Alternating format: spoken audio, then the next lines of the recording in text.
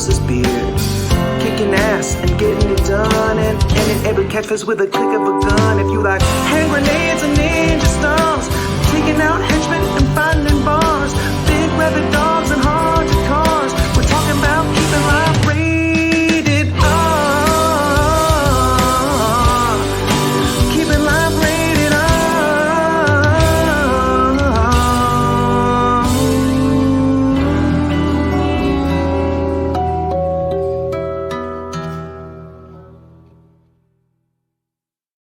Hey, what's up, guys? Josh here, R-Rated Show. Welcome, all you horror fans, horror freaks, geeks, nerds, dweebs, turds, basement dwellers, of course, all you mouth breathers out there. It's been a while. Yes, I know this is not a horror movie, but the reason why I selected this movie is because I fucking love it so much. And it's like the beginning of summer, and I always love to watch this movie right at the beginning of summer. And I know my guest host tonight, Eric Harrison from the Death Twitch, also a big horror geek, but also loves this movie.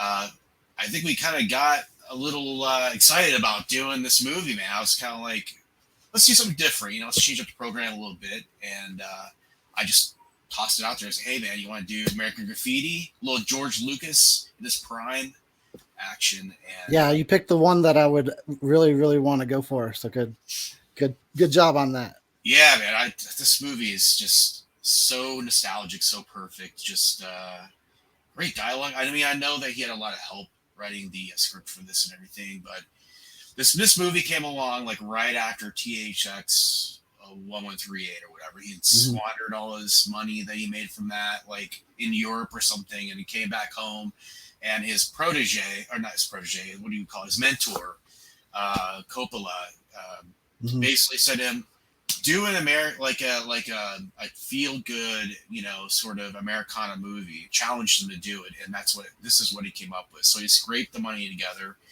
and got some writers to help him come up with flesh out the script. Really, he had the bare bones there, but I think they kind of put the meat on the bones. And this is what they came up with. Now, real quick, because I always forget this because I'm a shitty host and I'm out of practice. Eric Harrison from the Death Twitch is here tonight to guest host with me. I thought we were just going to ghost me. Yeah, no, I never introduce the guest host. I'm always like, yeah, everybody knows who they are. But it's the guy in the Kiss shirt. That's right. Yeah, Eric's channel is, you know, one of my favorite, and I've been a fan of his for, quite a while, I think. It's been a while. Yeah, quite a while. Yeah, you know, and you, I think, in a roundabout way, inspired my channel and stuff. And so we have a lot of things in common. And I know it's rare that you do appearances, so I really appreciate it, dude. Thank you. Yeah, no problem. Actually, it's pretty rare that I do them anymore at this point. I've been real slow. I moved and got engaged and all this other stuff, and so I haven't been producing as much content. But every now and then, I'll get inspired, and you'll team up with me and we'll do a movie together. So thank you, Eric. No problem. It's fun to do these because I pretty much fell out of the YouTube game. I don't even like really care. Sometimes I'll put up something just because I wanted to be creative, but yeah, that's it's fun just to hang out. I think that you and I are not really rat racers in terms of the YouTube game. We're more like, it's about passion, about like enjoying the films that we enjoy. You know, we don't go out there and make content about, I don't know, whatever the latest like trendy topic is. Yeah, you gotta do a trailer came out, so you have to do a video on it. Like right. We don't do that. I tried that, and I didn't really enjoy it that much. I actually felt really put upon, like constantly, like I felt like a job, and it was like right. You know, and I didn't want it to ever feel like a job. So yeah, I gave it a try, and nobody. I would work really hard on those videos, and nobody would ever watch them. This is the stuff that they like, you know. So it's tough out there.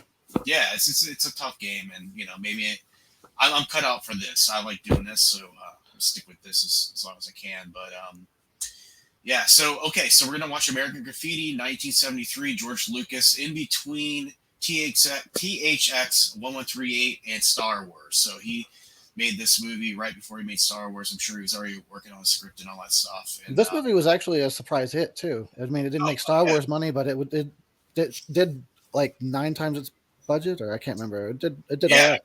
I mean, okay, so my introduction to this movie real quick. I know we need to get to the movie because it's 2 hours long. but real quick, my introduction to this movie is actually when my father got remarried. My stepmom had this on. She had like, I don't know, like a LP, like a on vinyl. She had like the whole album. It's just like like basically George Lucas said he wanted this movie to be like a movie slash jukebox. Like it had to have all these songs in it. He like wanted it to. Yeah, he wanted 80 songs to begin. He wanted it to be, the backdrop of the time, because the music was really important to the culture. This movie's very much about the culture of the time and the people, the graduating from high school, going off to college, and what that was like really in his personal experiences in his life. So basically, like, he wanted all these songs in there. So it's like 4 LPs or something crazy. And I would listen to those LPs. Never seen the movie, but I would listen to those because I was a little kid. I was bored. They were just there, and I fell in love with the music. And then when I finally saw the movie, I was like, "God, this movie's incredible." So I love it as a personal place in my heart. It's a great one to watch right before summer comes around. You're turning into a little. It's getting weird a little bit. Oh, the audio? Once in a while. Okay, well, you're good now. Well, I guess we'll find out when it's over if it sucks or not. Let's shit the bed. What about you? When did you discover this movie? How'd that happen for you? I don't even remember. Like the first time, I remember the first time I heard the title was it was on television, and it was like a show talking about other movies and shows or whatever. Yeah. And then the person mentioned American Graffiti, and in my mind, I was like, "Ooh, that's like a gangster movie, or it's like something about the streets." Yeah. And then I go and watch it, and it's like this happy-go-lucky, feel-good movie just about cruising around. Yeah, pleasantly surprised. It's weird. It's like it's like so casual, but so just existential. Not to get all like nerdy, but no, true. And I mean, it's kind of like it's the forerunner to kind of what movies became later on, decades later. And it's some of the best George Lucas directed stuff ever. Like, he was taking chances on shots and doing really. I mean, it's a beautiful landscape of Americana. Like, he caught it. And he did it, I guess the movie's supposed to be in 62, but he did it in 73. So 9 years later, he, basically captured that sort of California 60s, end of sort of like an era vibe. He did so well, really good. And, we have to attribute a lot of it to the writers that helped him out too, but it was just sort of his vision. So anyway, okay. So, we got it queued up right at how's this work again? Okay, so we got it queued up right at the Universal and MCA Company Presents.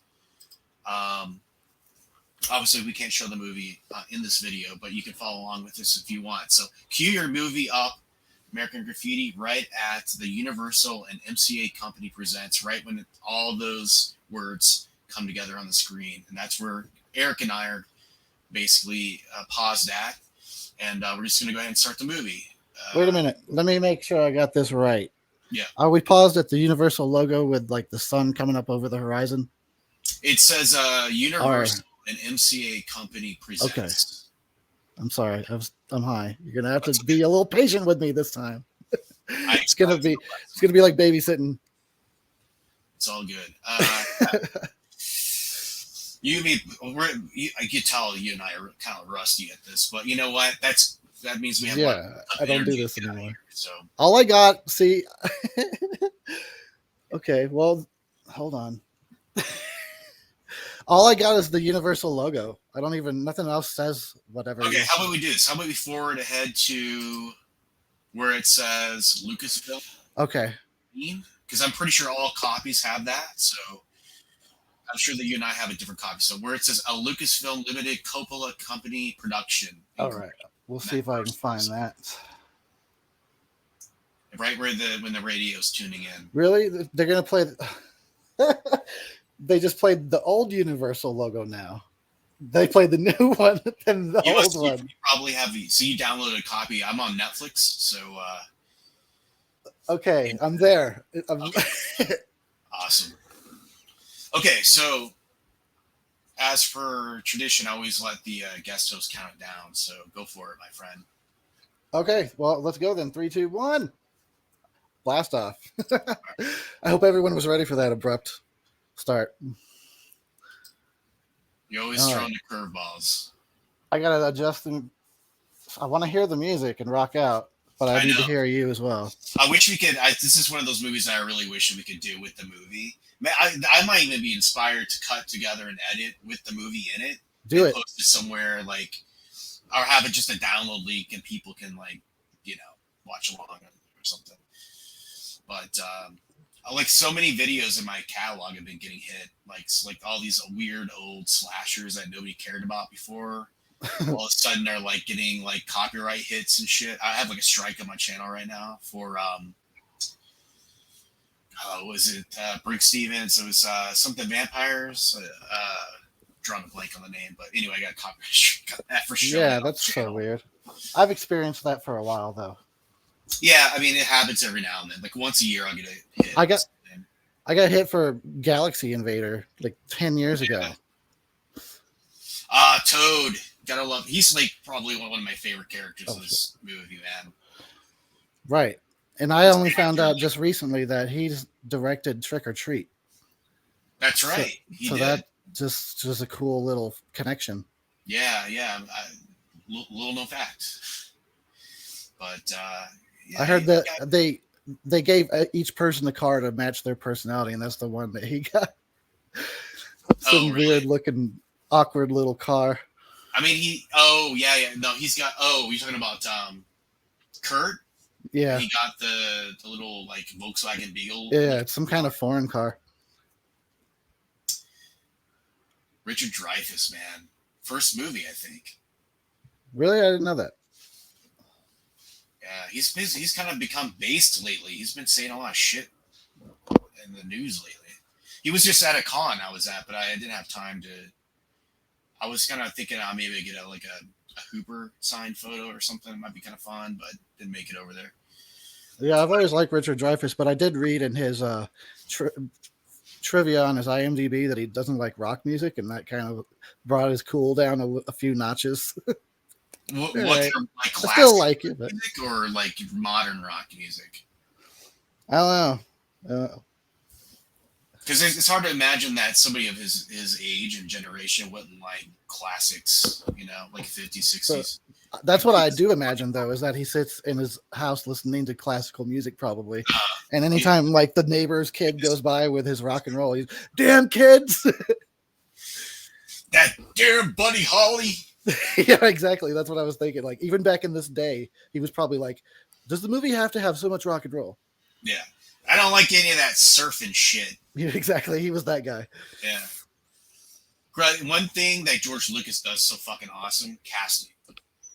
Like, I know he wanted all unknowns for this movie, and he ended up getting fucking Ron Howard in there, I think.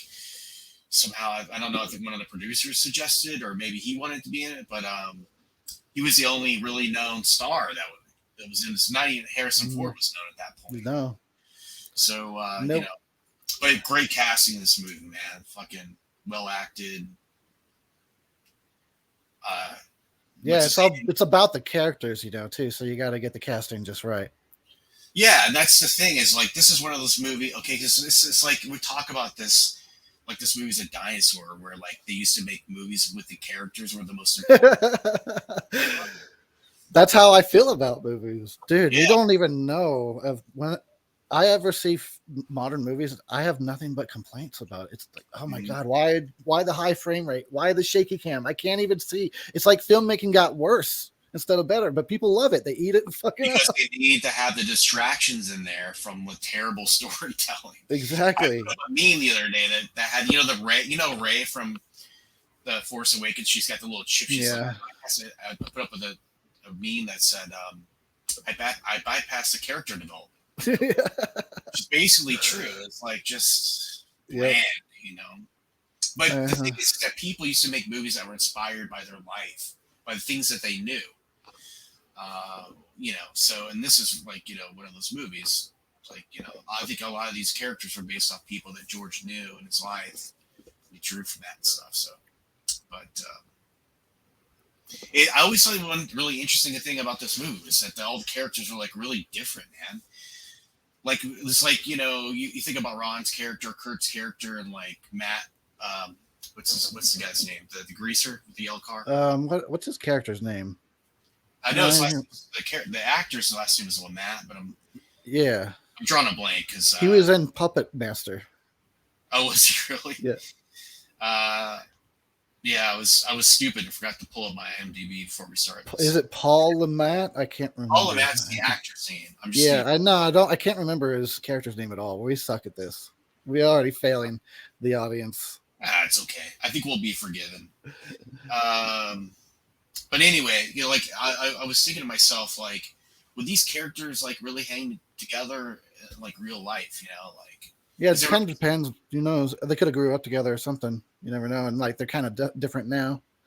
I just think it's cool because it's an interesting dynamic to the movie where like, these sort of like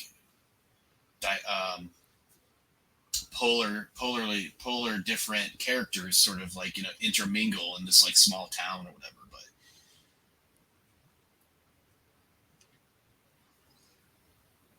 I heard that she was 9 years older than Ron Howard, so they in real life they wouldn't have even been in the same schools. Oh, John. That's no wonder we didn't remember. It's such a like wallflower name. John, yeah.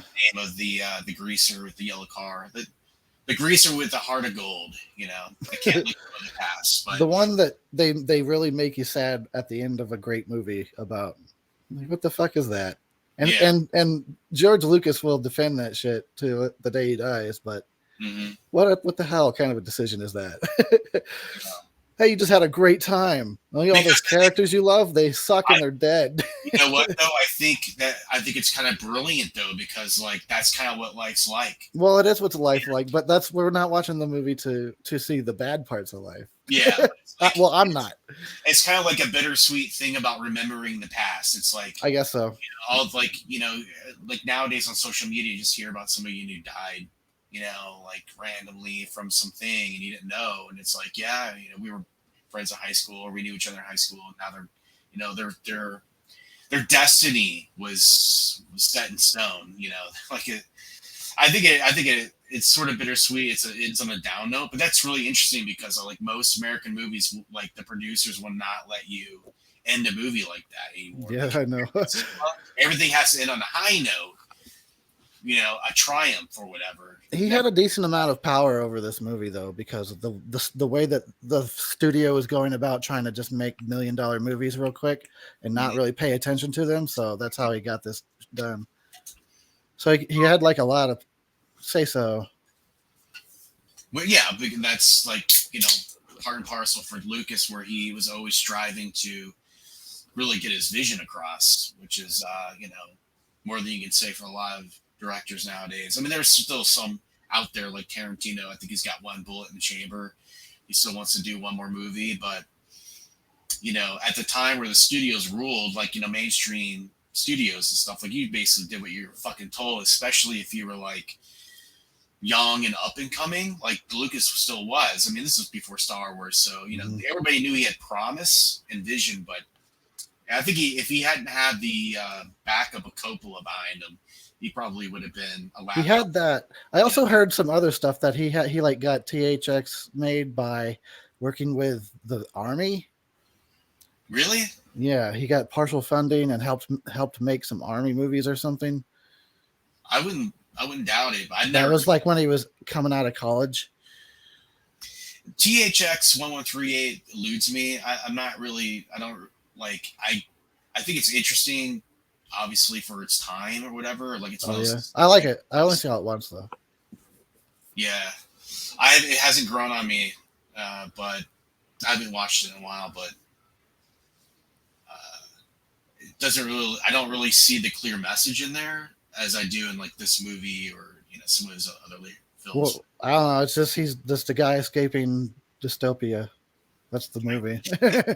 Maybe I'm thinking too hard about it. Maybe, I don't know. But there's some weird shit in there. Yeah, like the blowjob machine and whatever. I don't know if you saw that. I think there's a different versions, but yeah. All we got is you. Wolfman Jack. Fuck yeah. And Wolfman Jack was a real DJ back in the day. So they basically like brought him back to sort of be the wraparound voice, like the Oh yeah, back. he was a real DJ all the way up till he died, pretty much. And I used to listen to him in the '80s, and actually, I still listen to him now. I just listen to old recordings, but Yeah, I remember seeing Wolfman Jack on TV and on the radio in the '80s. the shows are pretty entertaining. I like to go back and listen to Casey Kasem, like his top 80, like top Casey 100 of the 80s or whatever. Like those are like fucking like time capsules, like just amazing, you know. Really, really, because there's a lot of like the songs that kind of got forgotten in the 80s in there, you know. But I'll have to check that out if you have any links, forward them to me. But Oh, and you know what else? Yeah, I listen to all the time is KFJ 300, The Boss, the same radio from the Once Upon a Time in Hollywood. You can find that all over YouTube with the commercials intact and everything. It's fucking fantastic. that was the real deal, huh? Tarantino. I listen. Yeah, it's the real deal. I listen to it all the time. Like I spend a lot of time in the past. That's my deal. That's my whole deal. That was what my channel was supposed to be. I guess people didn't get it. Everyone's like, "Why don't you review new movies?" Like this was always meant to be a retro channel. Yeah. It's what I like. I thought, you know, if I put my passion up on screen, it would make a difference, but I guess not, because everybody just wants me to review fucking like that Killer Clown movie. What is that shit? Yeah, I got you. Well, you know, unless you name your channel Retro Horror 80s or something, like people, you know, They suck. they just they click on this thing and then they click away to another thing, and they don't, you know, it's hard to get your point across. You have to be really fucking obvious about it, but You know what? We should probably talk about American Graffiti. I know. I apologize. It's my fault. I'm the leader of the show, but the problem is it's not your fault. It's just because we haven't bullshitted in such a long time. Yeah, that it's like we just want to. We done a show together, so we're just kind of bullshitting. Okay, so basically, the idea of this movie is, you know, kind of like encapsulates George Lucas's youth of living in California, and like it's basically it's a strung together like movie of a bunch of vignettes of like these people's lives on one night, when it's like their last night, their last hurrah of like what they've been doing since they've been in high school, which is like cruising the strip and kind of bullshitting together, eating hamburgers and making out in the backseat of a car, kind of thing, you know. And that's what you do. It's oddly deeper than that. So it's just sort of like this existential element. So basically, what we're seeing is Kurt, which is he's played by what's his name? Dreyfuss, Richard Dreyfuss's first movie, yeah. Dick Dreyfuss. Which, by the way, if you've never seen Moon Over Parador, I highly recommend that. I haven't. It's a lot of fun. Never heard of that. 80s movie. Oh. He gets paid to impersonate a dead oligarch in this like foreign country. It's like really weird. It stretched his acting chops a little bit, but anyway, so he's like, you know, it just it follows him around. It follows this sort of like out of time greaser around. He like probably, I'm guessing he probably graduated like 4 years before these guys. You know, it's like the sort of old sage of the strip kind of guy, and he's a muscle car guy. There's a lot of interesting characters here that kind of thrown all around, but basically what we're seeing is the dialogue kind of rolling around the strip, kind of getting the night going, and the charm of the movie is in the minutia of the sort of like the back and forth between the characters, you know, and the hijinks and stuff. So, and the cars are beautiful, and the music is awesome. Yeah. And the vibe just like makes you feel. That's why I complain about the end, because this whole movie is such a good vibe that if it wasn't for that, you'd just be left feeling so like happy the rest of the day. But then you remember, oh yeah, my favorite characters died. Yeah. But all right, it gives it depth. I get it. I think. Did you ever see the sequel? Oh, I did, and it's a tough one to stomach. It's just sort of. It doesn't have any of the charms, I think, of this one. I didn't even watch all of it. That's how much I didn't get into it. It was like the studio goes, okay, this was really popular. Let's like throw together a shitty script and then get the same people back because they need work and like make a movie. And it's like, there's no vision in it. It's just basically ruin the character. It's just right. And it's like, this is a movie that Grease 2, you know, it's like, at least Grease 2 tried a little bit more than this movie did. But it's not impossible to like recreate the vibe of this movie. Other movies have done it, Yeah. but like you can't really catch lightning in a bottle again. Mm-hmm. Can't do that again, and they didn't even really try, and Yeah. it just doesn't translate. It's true, yeah. I mean, I don't know, man. It was a cash grab, basically. That's all it was, and I don't even think it did that well. But You know, so I don't want to. I don't know. I don't want to piss off any people, but well, I mean, maybe I do. No, I'm you just can kidding. piss off But my kids, man. I don't give a George Lucas made great movies in the 70s, and then he never made good movies ever again. shit. Yeah. I mean, he produced some good stuff. Well, I think Coppola said, But I mean, directing, he didn't. That was it. The 70s. That was his best movies. maybe it was David Lynch or somebody that said, somebody interviewed David Lynch or somebody about Lucas, and he goes, "It's really too bad he made that fucking sci-fi movie." Oh, right. Because it ruined his career, because it took over. It took it took over the world, and it still has a grip on the fucking world to this day. It consumed like a really promising director. So, I never even saw Red Tails, which I would, seems like an interesting movie, but Me neither. Did he produce Howard the Duck? Am I wrong about that? yeah, he was behind that one, and that was a stinker. That didn't really work out too good. I tried, like, oh, this has got to be entertaining in some level, and I go back and watch, and it's like dread bad. It's like, Right. What's her name? Fucking Lorraine from Back to the Future. Was it Leah Thompson? Leah Thompson, like having sexy time with a guy. Like maybe if I was stoned, or like something, like, it would be really hilarious. But I loved it when I was a kid, and I didn't know any better. yeah, I had horrible taste when I was a kid. I liked heart beeps. That's how bad my taste was. Huh? I don't think I ever saw that one. Oh, it's an Andy Kaufman movie. Oh, okay. It's terrible, but when I was a kid, I didn't know. So I love how the used car salesman jumps down off the big chair. Like how did they come up with that idea? Is like, I wonder, and also, like, is Such it a little late to be trying to sell cars? Yeah, it's like probably okay. So it's nighttime in California, so that means it's going to be probably like 8 or 9 o'clock or something like that. I actually legitimately, the first time I watched this movie, I thought that a guy didn't work there, that it was just some random guy. Oh, like some crazy dude. Because it's so late and dark, and like it almost looks like the place isn't even open, and it's just some random guy sitting on a big chair. And I really thought it was just like an escape mental patient. There we go. Oh yeah, these guys are great. We're at the hop. I love how she talks him into going back to the high school for the dance, just to have the graduation dance moment.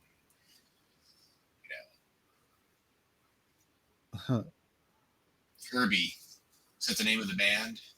That's I don't know. I guess so. Herbie Hancock's early work. Little known fact. I like how I just like a real snapping. doo-wop band, I think. Yeah. Yeah. I want to hop. Sometimes I feel like I was born a couple of generations too late. Like I would have been fucking kicking ass in the 50s or 60s. Like just would have been my scene, That's probably why I spend all my time in the past, because I feel more comfortable. Like, yeah, I would have, like you said, I would have fucking made an imprint. Yeah. I would have just been a greaser. I was pretty obsessed with 50s culture in high school in the 90s. Like, I would fucking wear a white shirt, blue jeans, fucking black boots, a fucking denim jacket, and just drive around listening to fucking 50s music all the time, dude. It's like my thing. That's cool. When I was a kid, actually, that's so funny. When I was a kid, I listened to 50s music a lot. We had this big old set of cassettes that was like 30 cassettes of like all the 50s music. So I just listened to that a lot. Like your boomer parents had it laying around, so you just like because it was there. I liked it though, because at the time, what was popular was hair metal, and as a kid, I didn't like it. I do now. Yeah. But so as a kid, I was like, well, I like this other rock and roll. It's a little less in my face. Yeah. Yeah, I mean, that's the thing is like, every fresh generation's supposed to hate their parents' music. But I didn't. I liked anything that was good, But I just had a leaning towards like classic rock, like Yeah, exactly. and 60s stuff. Like That too. I Beach. felt that in high school. That's where I went from being a kid at elementary, listening to 50s music too. When I was in high school, I would listen to a lot of classic rock, along with the grunge that I enjoyed at the time. But I was really into the classic rock. Yeah. So, and a lot of my friends were too. It seemed like so. Did you ever like there was a scene right there where Ron Howard was like the guy's in the mirror and he's got like the fucking concealer and the stick, he's like covered in his zits and shit. Did you ever do that in high school? Did you ever try to hide your zits with makeup and shit? No, I never tried to hide it. I just tried to take care of it with the fucking whatever that shit, oxy pads and stuff. And, that was the best. I didn't get it too bad though. Drying your skin out and making it worse. Right, but I didn't. It wasn't so bad on me. I didn't have terrible acne. I would just, instead of having like patches like a lot of people in school had, I would just have one bad pimple somewhere. Giant one shitty pimple. Shit. Yeah. But I never tried to use makeup on it. I never even thought of it. I had a friend in high school that did that. You could so clearly like covered up. It was like, man, how fucking vain are you? Like, just let that shit fly free. I worked at it was a theater / restaurant. So one of the girls there was a waitress, but she had a pimple on her lip, and she popped it and made it worse. So then it looked like she had herpes. So then she had to sit there and take people's orders, and they were all like, "What's on your lip?" They're like, "I'll come back later. We gotta go somewhere else." Yeah. Oh yeah, that shit squirting into my fucking milkshake or whatever. By the way, R.I.P. Cindy Williams, man. Oh yeah, I heard about that. Heard about that. Yep. Vernon Shirley. She didn't have a big, she didn't really have a big list of movies or things that she had done, but what she did was quality. She's probably best known for Laverne and Shirley from the 80s. It was basically a throwback, retro sort of like sitcom. But she died a couple years ago. I was bummed to hear that. Yeah, it is. So rest in peace to Cindy. R.I.P. Cindy. This hit's for you. There you go. I was waiting for it. I actually kind of wish I had some here, man. I haven't smoked pot in so long.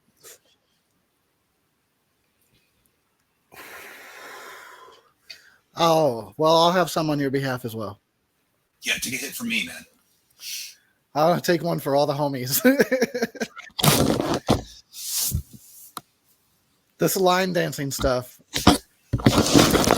I was watching videos of like just people like in bars filming like the whoever is performing, but you can see the people all dancing in sync. It's like, all right. I mean, we had stupid dances. Like when I went to, dances and shit when I was in school, we had stupid, oh man. But our music was like fucking Fresh Prince. Yeah, I know. Jeff and fucking Aerosmith and fucking, Beastie Boys and shit. It was like, we came up with the dumbest ass shit. We probably looked retarded fucking out there on the dance floor. But, hey. Products over time, There was no synchronized dancing in my school, and then also if there was a dance, there would only be two people that would have a dance off, and everybody else would just watch. I don't know why. That was what always happened. The most confident, best dancers in the school. The two that was want to do that for a living. But no, the most you would get moving out of the people at the school dance was jump around, jump up, get down. I can totally imagine it, That shit got the stadium hopping. MC and like fucking In Vogue and like it was like hip hop was really hitting big at the time. Mm-hmm. So that was a lot of our shit. Well, that was probably like late grade school, and then high school was more like grunge and.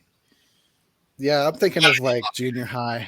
Yeah, see, I graduated high school in 95, so, you're looking at 91 to 92 to 90, 91 to 95. There was a lot of like, hip hop and then grunge some, hits. some New Jack Swing. Yeah, New Jack City.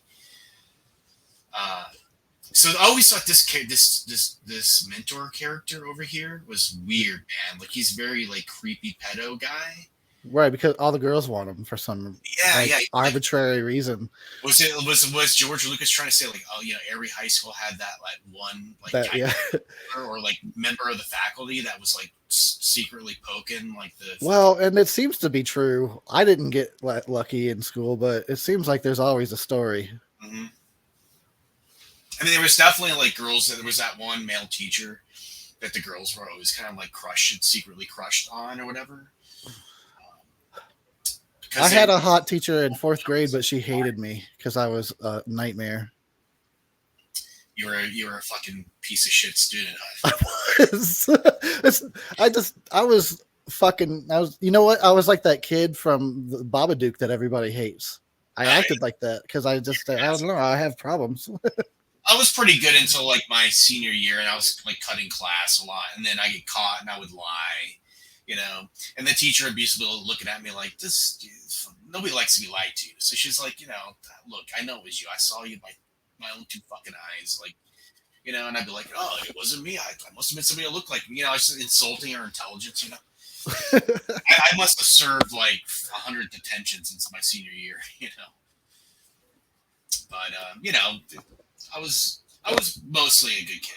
You know what's weird? No, but I'm talking about when I was in elementary school, because by high school I wasn't a nightmare anymore. I was just stoned and sitting there, all quiet. In elementary school, you were stoned? No, by high school I was mellow at that point because I was getting high and I'm just sitting there. So I didn't get in a lot of trouble in high school, but it was all elementary school. So basically, like, weed was your ADHD medicine. Like, kind of, and that's probably why I love it so much. Nice. I've always kind of said that, like, because I'd rather do that than be addicted to opioids or some shit. I love this whole dynamic between these 2 characters, man. Like John and the girl here, who's underage or whatever, and she kind of gets like pawned off on him. Mm-hmm. They're probably some of the best story arcs of character arcs of the whole movie, like just how they kind of grow on each other throughout the night and stuff. And like I love the sort of begrudgingly kind of giving her a little emotional affection but not really meaning it, just trying to be a good guy or whatever. I like that. But no, it makes me jealous that I wish I could write better characters. You gotta let me read your new script, man, because I thought the last one you showed me was pretty good. Oh, thank you. Well, I mean, I'm only about 22 pages in, but so it's going to be a while. Is this just a fun project, or you? Yeah, it's a fun project. If it sells, that'd be awesome. But I just want to write this because it seems like it would be nice to direct too, just because the idea of it sounds like fun. Yeah. The problem is it's an almost all outside movie. So you got to shoot it somewhere where the climate's not going to be shitty. But they always want you to film. Oh, you got to film in January at the coldest, and everybody gets to be miserable, but they can't look like it on film. So the impression I always get from what I can gather about people who make films is it's like exciting, and then it's like going to war, and then you go through this terrible traumatic thing, and then then it's like a celebration because you got through it, and it's like what the result is just a little piece of art, that maybe some people will like. I think if you did, first of all, I would love to see you do that, dude. I would totally crowdfund you, throw a couple bucks your way if you decide to do it. But because I think you're a talented guy. I could put you in the movie. You want to do you want to have some scenes? Can I? Yeah. Can I fucking like moon the camera, like bend over and fucking absolutely. Actually, it's the kind of movie that you can do that and it'll fit perfectly in. Yeah. All right, you got me, man. I'll do it for free. All right, I'm holding to. I got a recording. Yeah, I got evidence. It's a verbal contract. I might moon the camera. I would love to see you do that, dude. Honestly, like I'll champion you for that. Well, I'll at least get it written. I don't know about anything else. Kind of be hard to direct from like a wheelchair. But you never know, man. You never know. Just hire somebody to carry you around all day long. Yeah, that's a great idea. I'll get a huge guy like an Andre the Giant kind of dude, and he'll wear a backpack, and I'll sit in the backpack. And or you could get like fucking Grogu in IG-88. You sit right in the middle, get like a fucking android to fucking walk you around and shit. Oh, now we got Harrison Ford. Okay, Harrison Ford's like the fucking mysterious badass, right? So he's got this fucking 55 Chevy, all black. And he's looking to kick John's ass, right? Because John's got this, like, reputation around town of being the fastest. He is the fastest. He's the best. Everybody knows that. Everybody knows John's the best. We didn't know his name earlier, but we knew about his reputation. That's why I didn't remember. I couldn't think of his first names because everybody calls him Milner in this movie, man. Right, Milner.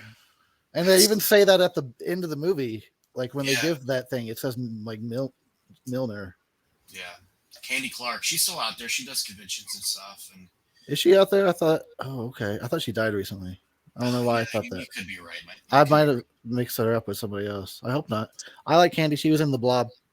That's right. She got fucking. Was it the? She was in the telephone booth. Yeah. That classic scene. I didn't realize that, dude, for so many years because without the bombshell haircut. Right. The sheriff wants to date her, and then she goes to call him. Let's say, yeah, I'll go out with you, and then fucking Blob gets her. The remake, '88 remake. Exactly. You know what? Let's just talk about The Blob. That'll be a new twist on the commentary. We'll talk about a whole different movie. You gotta love the fucking Blob. I think I did that. I do. I said it sucked, and then I watched it again and I said, "Oh man, this is awesome." I had one of those moments where I had a bad day and I watched it and I thought, "Oh, this sucks," and then I watched it again and then I was like, "Oh, this is great." Yeah, like what's his name, Dylan, with his fucking. That was the big distraction for me was his mullet. Yeah, and the girl also has weaves in her hair. And the director wanted them to have these weird fucking weaves in their hair, and it doesn't pay off in the movies. I don't know. Yeah, I don't know what hair was very important in the '80s, especially. True that. You can get it. Oh, she's still alive. She's 75. Yeah, all right. I'll tell you what, though, in this movie, I would have pulled over and talked to her as well. She's still out there banging on the tuck and roll upholstery, man.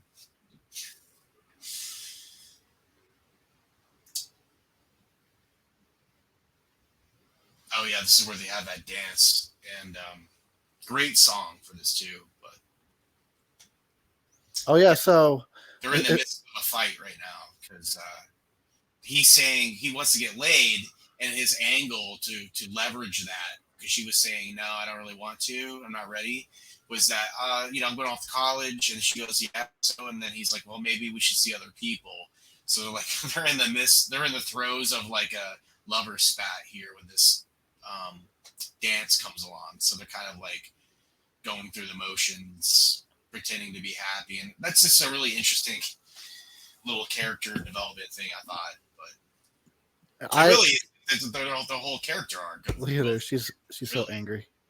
I heard that this dance is a particular kind of dance where they're supposed to share 2 minutes together and then split off and keep dancing with other people, but they're so caught up in their fight that they don't even do that. They don't do it right. I never knew that. Yeah. They're great. They look great together, too. I think that they're well matched and everything. What a great scene, though. They just slowly circle around. We get to see the different background of the auditorium and all the extras. Yeah. If you watch the extras on the Blu-ray, you can see some behind the scenes of the shot. But it's just dollying around them. It's just really simple, but it's like you could imagine this scene like looking over your shoulder if you were at the dance kind of thing. You know what I mean? It sucks you into the story. It's really good. Yeah, it is. I'm sucked in right now. That's why I stopped talking and I'm just watching the movie. And they're like one of the really important things of the scene is that they're kind of like recapturing how they met and stuff and how they fell in love, which is simple but like really touching, because they're not like she's just trying to lure him back in. You know what I mean? Like bring him back to like what's important about their relation and stuff. So, Jesus, we're already 45 minutes in. We are. See, that's what I mean about this movie. It goes. This movie is like mine says 36. Like, we must be off. Yet we're still talking about the same scene.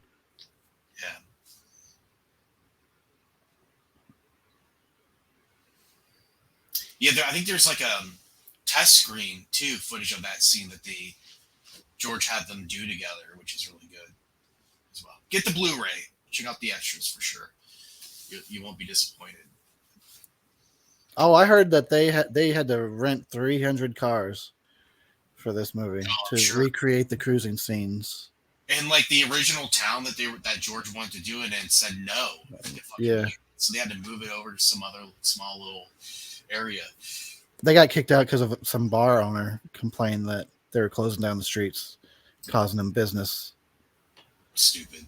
Yeah, I mean, dude, like if only he could have known. Like, dude, you can be like, we're the bar that all the crew and cast came to drink in. Here's our pictures and profit from it. But no, be a dick. Exactly. That's how I dance, by the way. Just in case you didn't know. Like the funky chicken. The shitty.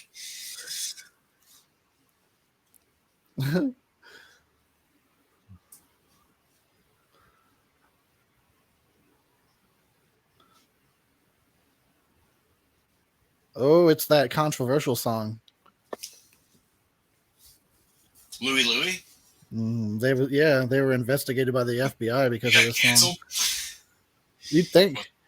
No, I thought you'd think it would be canceled. They made such a big deal out of it back in the day. They thought it was about masturbation. I guess that was a big fucking deal in the 60s or whenever it came out. They got 60s canceled. Basically. But you still hear the song in all sorts of movies, so Louie. I like how he has this like little revenge moment here. Right. It's like, eat shit. I'm fucking out of here. Going off to college. He's like, we're already gone. This guy, this fucking the teacher guy with the glasses, like his life got wasted at this high school, and he just hates all the students. Like he's just a bitter ass fucking prick. That guy. You're always under that guy's thumb, like like power trip on your ass. He's almost as bad as the principal from Back to the Future. Oh, Strickland. Yeah. You're a loser, McFly. You'll always be a loser like your dad. Or something to that nature is basically what I said.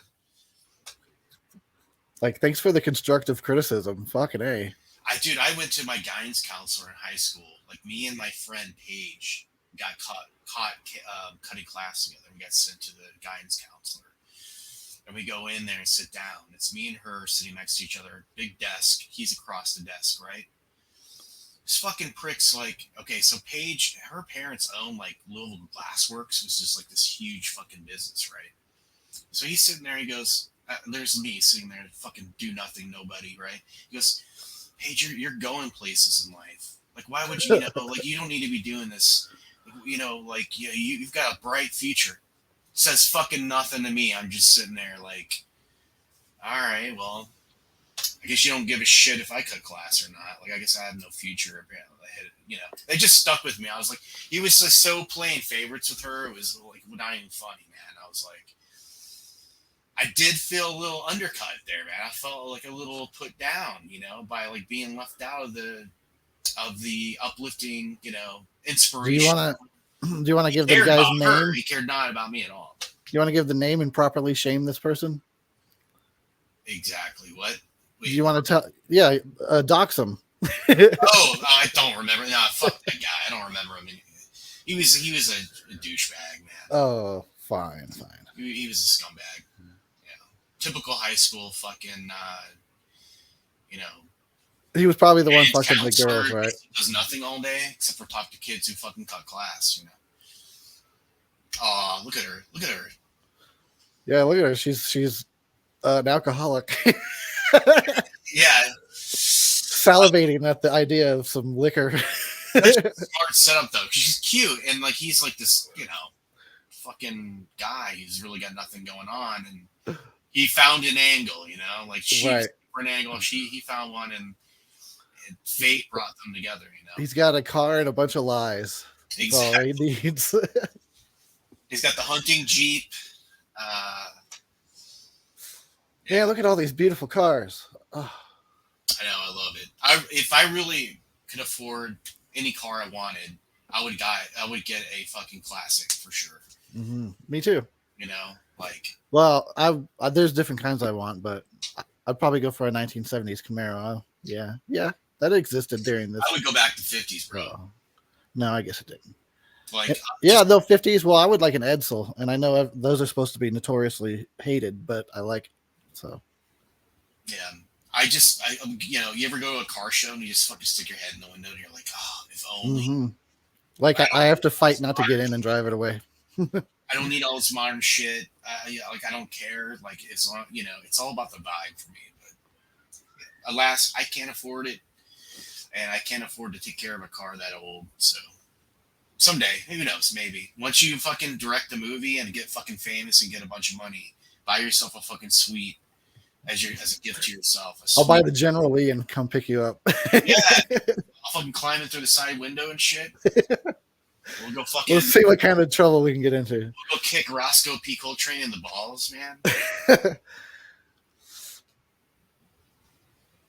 Come back to the aft chamber.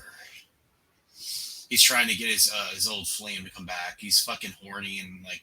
Right. So he's already seen the girl of his dreams, and she got away. But he's inviting the. He's got a plan B just in case he can't get the dream girl. He's trying to get this girl wet in the backseat of his fucking car, and they probably rounded a few bases together before in the past. And, Oh, I'm sure.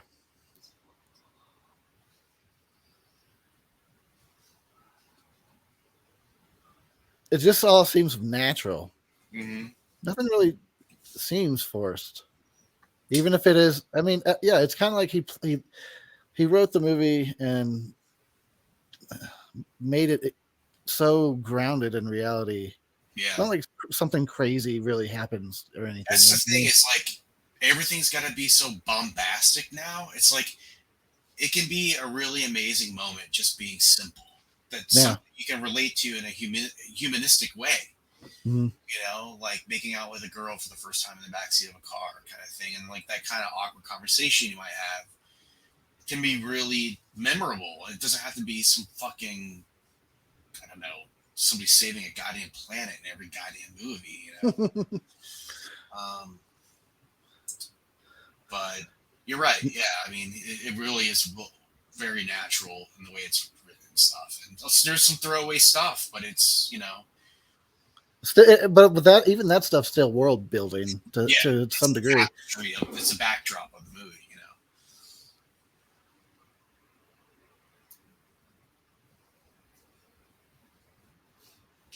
what did he say? I forget. Like, what pissed her off so much? He insulted. Oh, he said something to a guy in another car about how she wants to fuck him.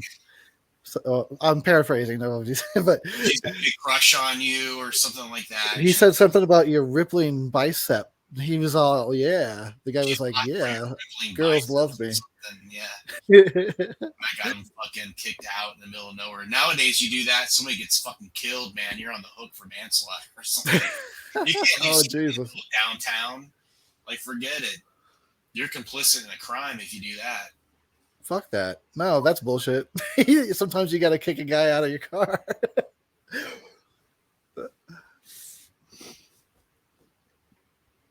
And he's in the middle of the street. Like, come on, dude.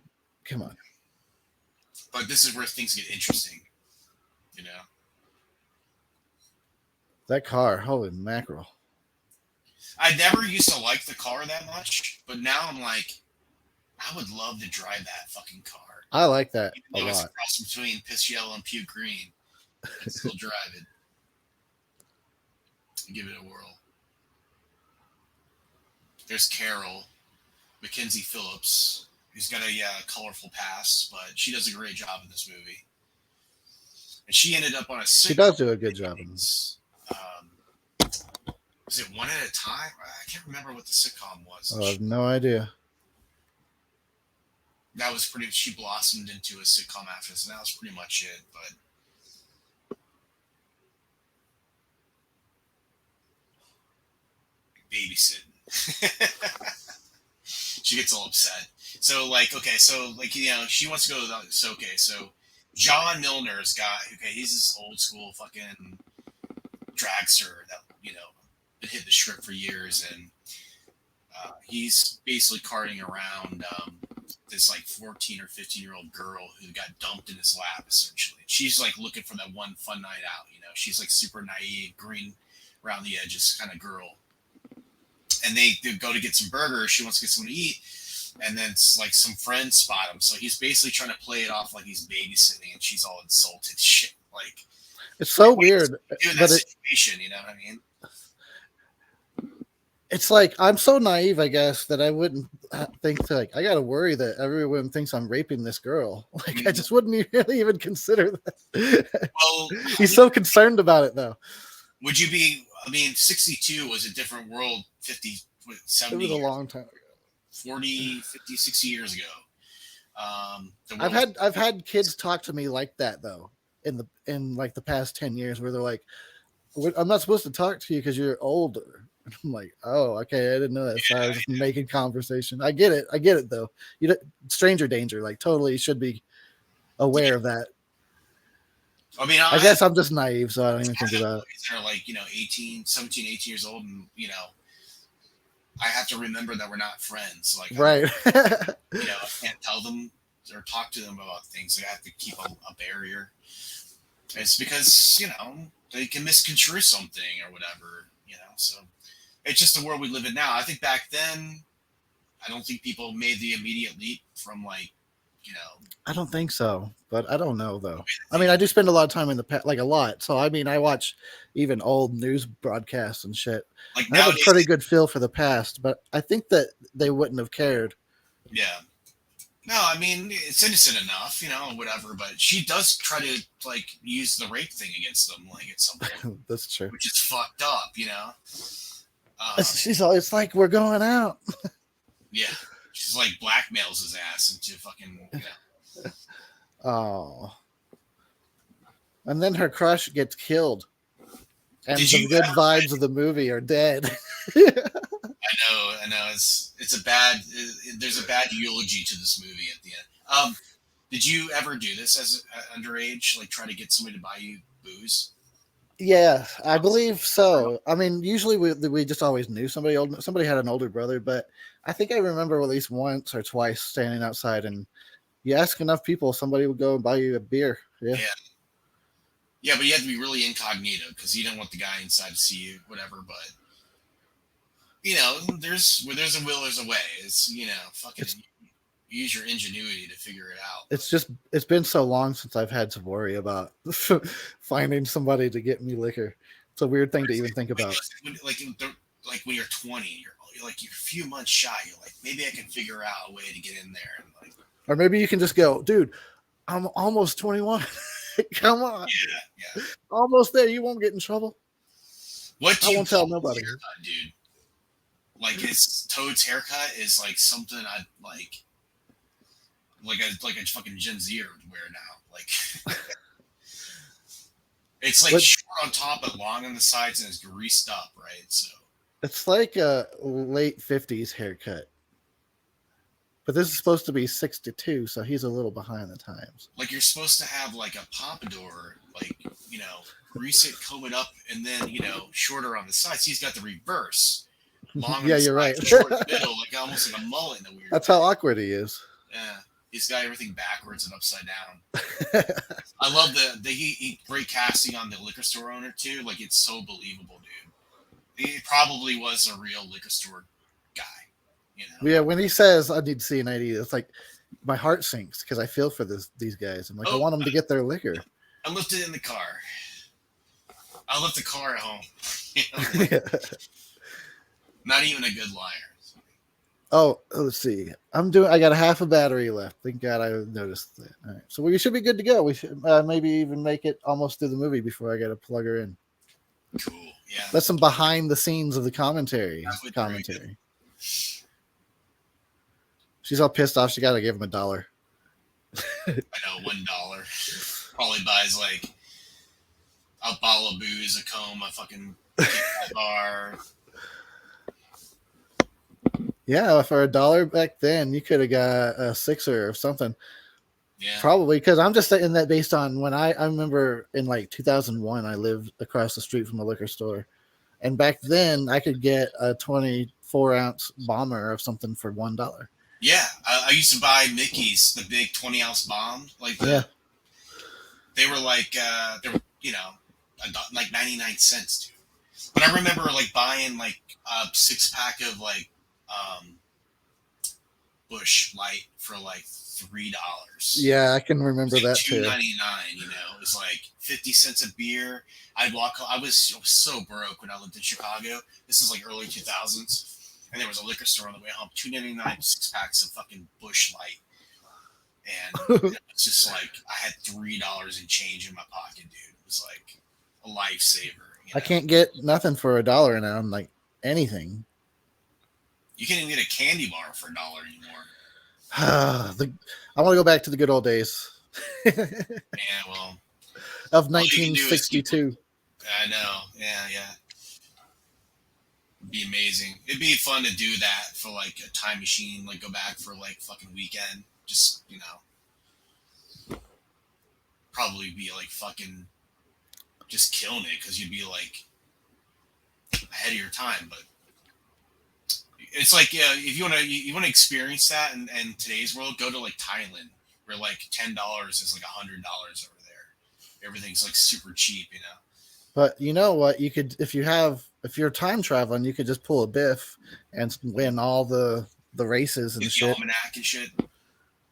Something like that. You could make yourself rich Yeah. with some bets. There's got to be something you would remember goes down, and then you could bet on it.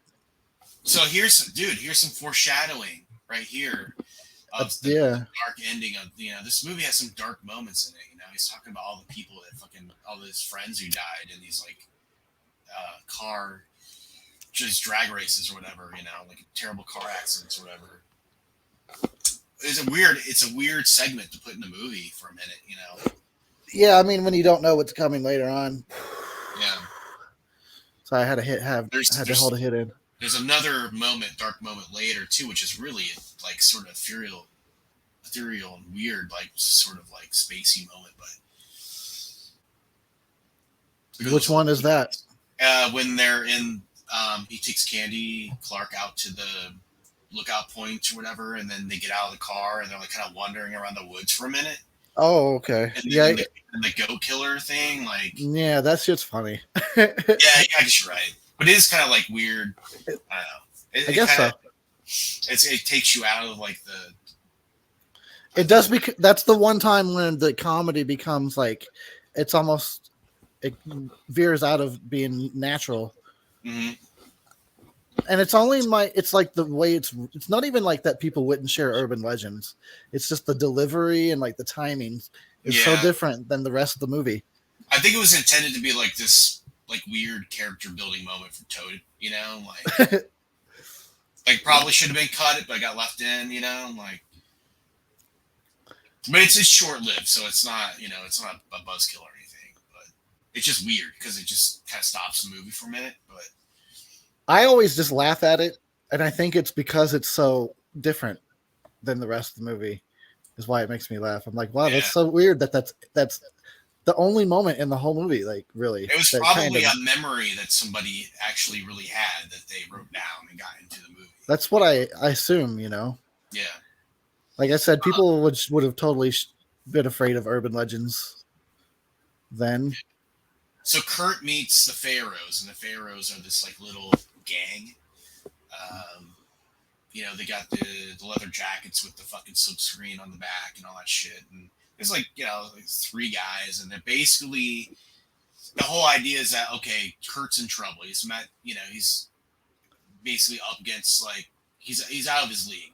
These guys are gonna fucking do some terrible shit to him. What they're really doing is they're trying to recruit. They're fucking such losers. They can't find people. They're gonna find this one guy that they think they can like wandering around the streets that they can coerce in a one night to join their gang, right? Oh, we gotta get you your cut and all that. It's really fun. It's like tongue in cheek. It's a fun turn of events, I think. It's a bit of a subversion, but I like the at first the threat feels real, but then after a while you realize they're a G-rated gang. Exactly. Like what their big crimes are. I mean, they fuck with the cops, so that's something. But before that, they're like just robbing quarters here or there too. Yeah. But they're like breaking into arcade machines and stealing quarters for gas money. And ripping the rear axle off the cop car was pretty fucked up. That's probably like a felony at least. I'd be afraid to do that and still live in the same town. Yeah. Because those cops would never stop hunting for you. But also I think it was really cool because they pushed Kurt's character, who's like this really meek, sort of like wallflower church mouse character, and then they bring him to this like crazy moment. He's like invigorated, and it like gives him the courage. So like I feel like my personal interpretation gives him the courage to finally go off to college. Like anything's possible. I can do this. You know what I mean? Plus, you want to get out of town after doing that. So yeah, he's got some motivation too. So it makes a little sense. She has the Edsel, Cindy's character. He's driving it right now. You paint that sucker a different color and make it hot rod out a little bit. Robin's egg blue. I don't mind the color. It doesn't bug me. I wouldn't be my first choice. You know what this girl, Mackenzie, is that her name? She looks like a young Pamela Springsteen from the Sleepaway Camp movies. That's right. Oh, I'm a happy camper. Yeah, it looks like if she was a few years younger. That's her. It could be sisters. Easy. Sisters, man, maybe. I mean, they could pass for it. Yeah. If you rebooted Sleepaway Camp 2 and you put this girl in it, it would be really good casting.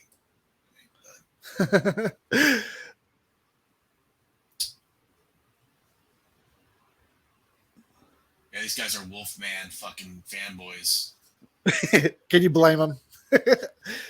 I'm a Wolfman fanboy. I like the character of the lead Pharaoh guy because he's like the anti-Milner. You know what I mean? He's like the fucking, like I always kind of imagined him as being the polar opposite of Milner or something. Even though he's like relatively harmless kind of guy, but sort of got these like nefarious designs on everything, and I was trying to come off. Oh, he's also like he was what was he in? That actor Bud something. He's been in a bunch of like horror movies and stuff too. I'm just drawing a blank on his name. Bud something. Which one? The main guy. The lead guy of the Pharaohs. I think I heard about that, but I don't know if I've seen him in anything. I probably have. At least one thing. He's been in stuff. Let me see. Yeah, she's trying to make the moves on him once in a while. That is inappropriate. I'd be like, girl, come on. You're trying to get me put in prison. Bo Hopkins is his name. And right. That sounds familiar. I do think I saw him in one other movie. I can't really remember. Sometimes I watch some really fucking obscure shit that I can't even remember what it was called. He was in Midnight Express, which is an amazing movie if you haven't seen it. I don't think so. So good. I've seen Midnight Run. Yeah, different movie, but also very good. Let's see. I just feel like it's worth mentioning because he's a pretty good actor. Let's see. Or he couldn't just have one of those faces where you think you've seen Uncle him. Sam, 1996. And let's see. Radioland Murders. I'm almost out of beer. Better fucking re-up, man. I don't have no more. No more Bud Ice. No Bud Ice at all. Dude, whenever I go to the liquor store, I see Bud Ice, I think of you, man. You're like synonymous with fucking Bud Ice. Bud Ass? Bud Ass. Really? Are you sure? I drank a lot of Ass House, too, back in the day. Are you sure you're not just getting them mixed up? Dude, yeah. He was in A Hitchhiker. Also fucking kick-ass. Let's see. They flatten their tires. That's a little too far. Because how are they going to get home? Did he do it with the fucking stiletto or whatever? Oh, they let the air out. Yeah, they let the air out. They didn't. I didn't slash it, but they just let the air. Still though, like you can't. do nothing now. Yeah, there's no AAA back then. You're gonna have to call a towing company in the middle of the night. Dad's gonna be pissed off,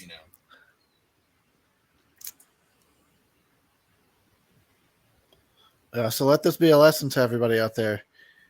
Don't go too far away from the car when you go to bone. Don't go maybe take the keys with you. I don't know, something. Bourbon and the Coke bottles, dude. Oh, I want that now. I want it so bad. I fucking want it. I know. I love liquor and Coke. As cheesy as it is. Fucking bottles too are amazing. Like they're expensive at the grocery store, but they're really good. Just do it pour a little shot of bourbon in there. Fuck yeah, a little bean. Delicious. I like this part here where he tries to go for number 2 or 3, like third base, and then he thinks he failed, but then she's actually just getting. Let me just get more ready. She's so ready. Touch her hair, or stroke her cheek a little bit, maybe put his hand on her, something really simple. No, he goes all in,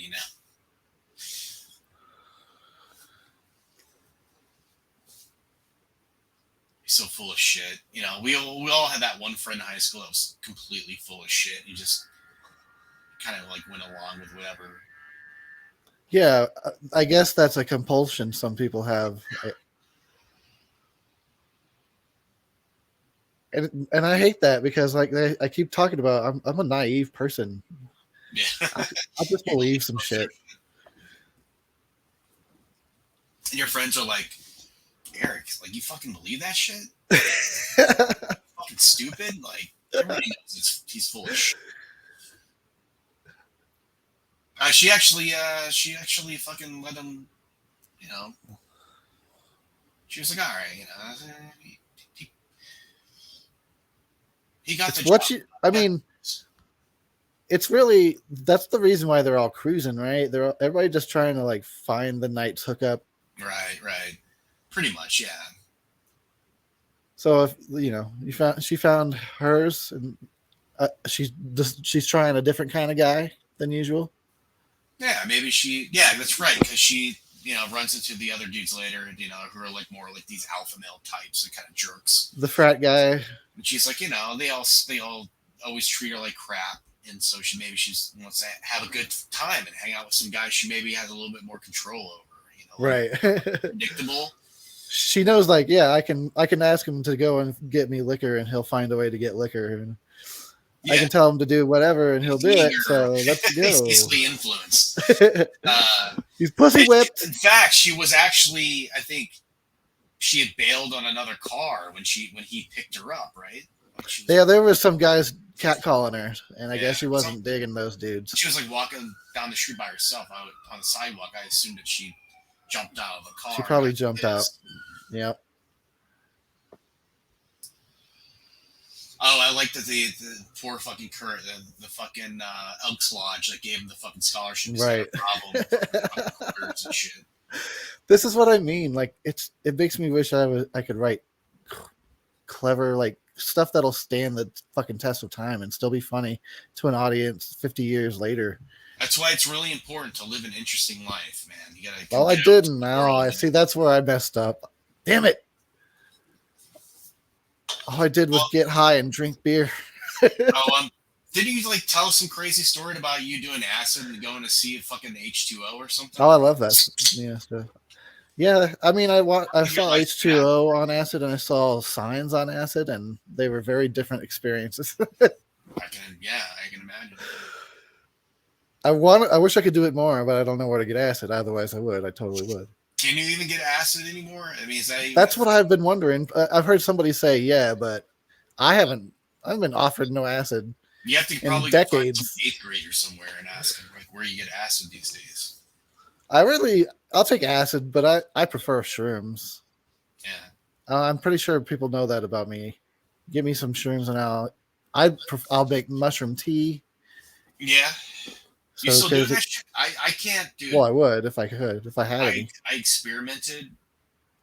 Obviously, you can tell I'm not the type of person who should be doing psychedelics at all, dude. It fucking makes me crazy. I had some bad trips in college and shit that I'm pretty sure I'm still recovering from. Like, damn. you know, some people just don't have the mental constitution for that kind of shit. Like, I get it. you know, I like it. I've had a couple bad trips, but it wasn't so bad that it turned me off. well, that's good. Mostly good times. This is my experience. But I also don't overdose myself. Like microdosing is key to enjoying drugs. There's the fucking words of wisdom for you. The more you know. Yeah. Don't do drugs, kiddos. Just microdose. It's almost like not doing drugs. I mean, look, you don't want to overdo it on your first time out of the fucking gate. No, in fact, the first time I did acid, I thought, because it was my first time, I thought it was going to be like way more crazy than it turned out to be. So I had like written myself notes, put them up on the wall, on the door, be like, "You're just tripping, settle down. Everything's going to be okay." But I didn't need that. It wasn't that intense my first time. Question: do you think the Pharaohs were kind of like testing Kurt with the whole "we need gas money" bit with the arcade? Like, because then they graduate to fucking actual destruction of property. Actually, I don't. I think that's just par for the course, kind of their behavior. But like but the fact that he like went along with them kind of gave no. Well, let's see what else they'll do. Like, there's a hurdle. You got to go. Each hurdle's a little higher. Like, I think they probably rob places all to like fucking every day. Murder and shit by the end of the night. If you had, were they planning on like actually murdering somebody? That's like, the actual killers or something. There's like a whole different thriller movie going on we don't know about. They're gonna kill. Ultimately they're gonna want him to kill the husband of the dream girl that he's chasing. And so then it's like, well, then you'll get the girl. It's some sadistic, like, torture situation. Yeah. That's the sequel they should have made. They should have David Lynch to make it. It became Saw. Yeah. Well, we're getting there. Mine says hour and 8 minutes.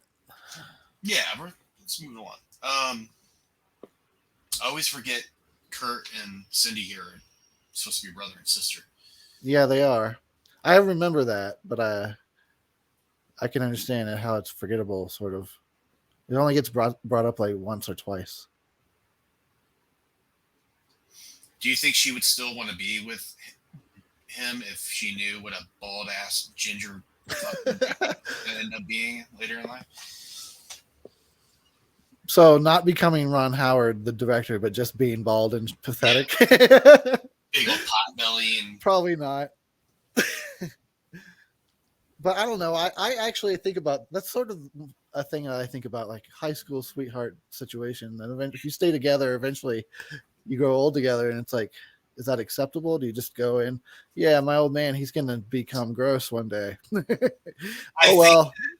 I think that I remember this is like a memory I had, like when my dad's parents and my grandma died before my grandfather, and I was a little, I was like probably like in my early teens or whatever, and we were at my grandpa's house, and was with my dad, and my grandfather was looking at a picture of my grandma on the wall, and she was already an old woman and shit.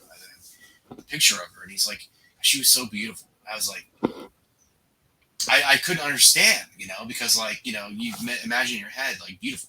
I think when you really love somebody, you're married to them, like you always see them that way, no matter what happens, and you're with somebody for decades and decades and decades. You know them so well.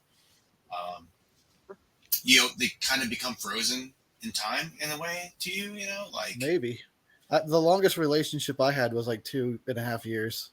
You say there's still time, man. No. Get on Tinder, man. Get your ass out. Probably best that I don't. Yeah, you gotta fucking find some fan out there of yours, and No, I've tried that a couple times, and it doesn't turn out well. You were dating that really cute girl for a while, by the way. Not to get into too much gossip here, but you were dating a really cute girl for a while. Well, a little bit. Then she didn't want me no more. I thought we were gonna be together, but whatever. I get fooled, I'm a naive guy. Yeah, like a bitch, Eric. I went and saw her, and then I guess she didn't like what I am. I don't know. It's not a big deal, but I've been there. I've been there. it's just a shame that I feel like I fell for something. I fell for it. Ugh. It's normal, dude. Why wouldn't you? You're doing Right. This is that scene that we were talking about in the woods, you know. Mm-hmm. Which, you know, for a nighttime shot, not too bad. At least it got a little bit of fucking. It's not completely confusing. You kind of follow what's going on. Right. But it does kind of like slam the brakes on the movie a little bit. But It's just a different feeling to the rest of the movie to me. I was like, what do you think they were trying to do? You think they were trying to like give you that like maybe they improved minute or something, or maybe it was that situation where like we're just filming in the woods, just improv something. yeah, Maybe it was that scene like that wasn't fully formed, and they were just like, all right, I'll just say this thing that I heard about. totally possible. And then how does his character end up there? Like, I don't that know. always confused me. Like, so Ron Howard's character, who loaned Toady the car, shows up in the middle of the fucking woods in the middle of nowhere. Like they had a problem to solve. I feel like, and they just kind of go, nobody will notice. But you know what? I mean, I've written 1.5 scripts. It's fucking really hard to cover all of your bases and not have plot holes. It's really hard. It's a lot of work. This movie really is all over the place, kind of. It's jumping around a lot, so you know, and you got to bring all the characters together in a meaningful way at the end. But he's like, "Oh, I need my car." It's like, where'd you come from? Did you fucking get beamed down from the USS Enterprise? Like, how the hell did you get here? Did you walk 3 miles down the road to get to this like little remote? You know, the last time I saw him, he was driving his girlfriend's car. And then he's in the middle of nowhere. So I think we just were talked over something, or they just didn't film that part. What happened? Yeah. So she says to him, he says to her, like, you know, all that stuff you told me about watching your brother, and she got mad. She kicked him out. So he needed his car back. So, which is fucked up, like a little incest moment thing, just briefly there, which is weird. But so he's like, "Oh, where's my car? I need to find my car." It's like, you think it would go back to the Mel's hop or whatever, like trying to find his car, but he just shows up in this random place out in the woods. Maybe he did when we didn't see that. Maybe he had a whole adventure we didn't see. Yeah. But then that's part of the movie is you gotta imagine and fill in the gaps. What do you think? What do you think of Bob Valfa here with this 55 Chevy? I think he's all talk.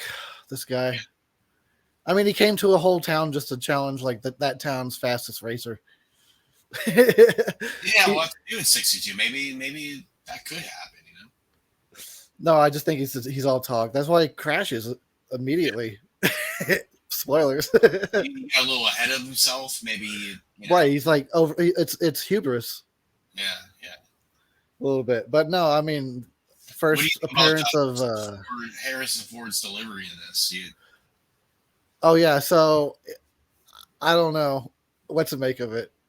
It's kind of a forgettable performance a little bit. I mean, Harrison Ford's always charming. You know, he's got that natural swagger, but I mean, this is his first time out of the gate. I feel like he wasn't 100% behind his performance. He's probably thinking about building a fucking desk or something right now.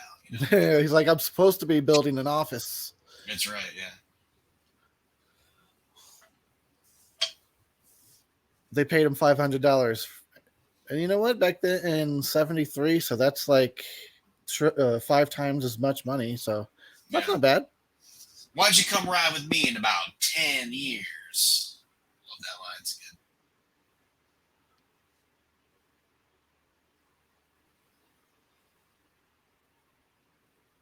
Good shots. These are great shots.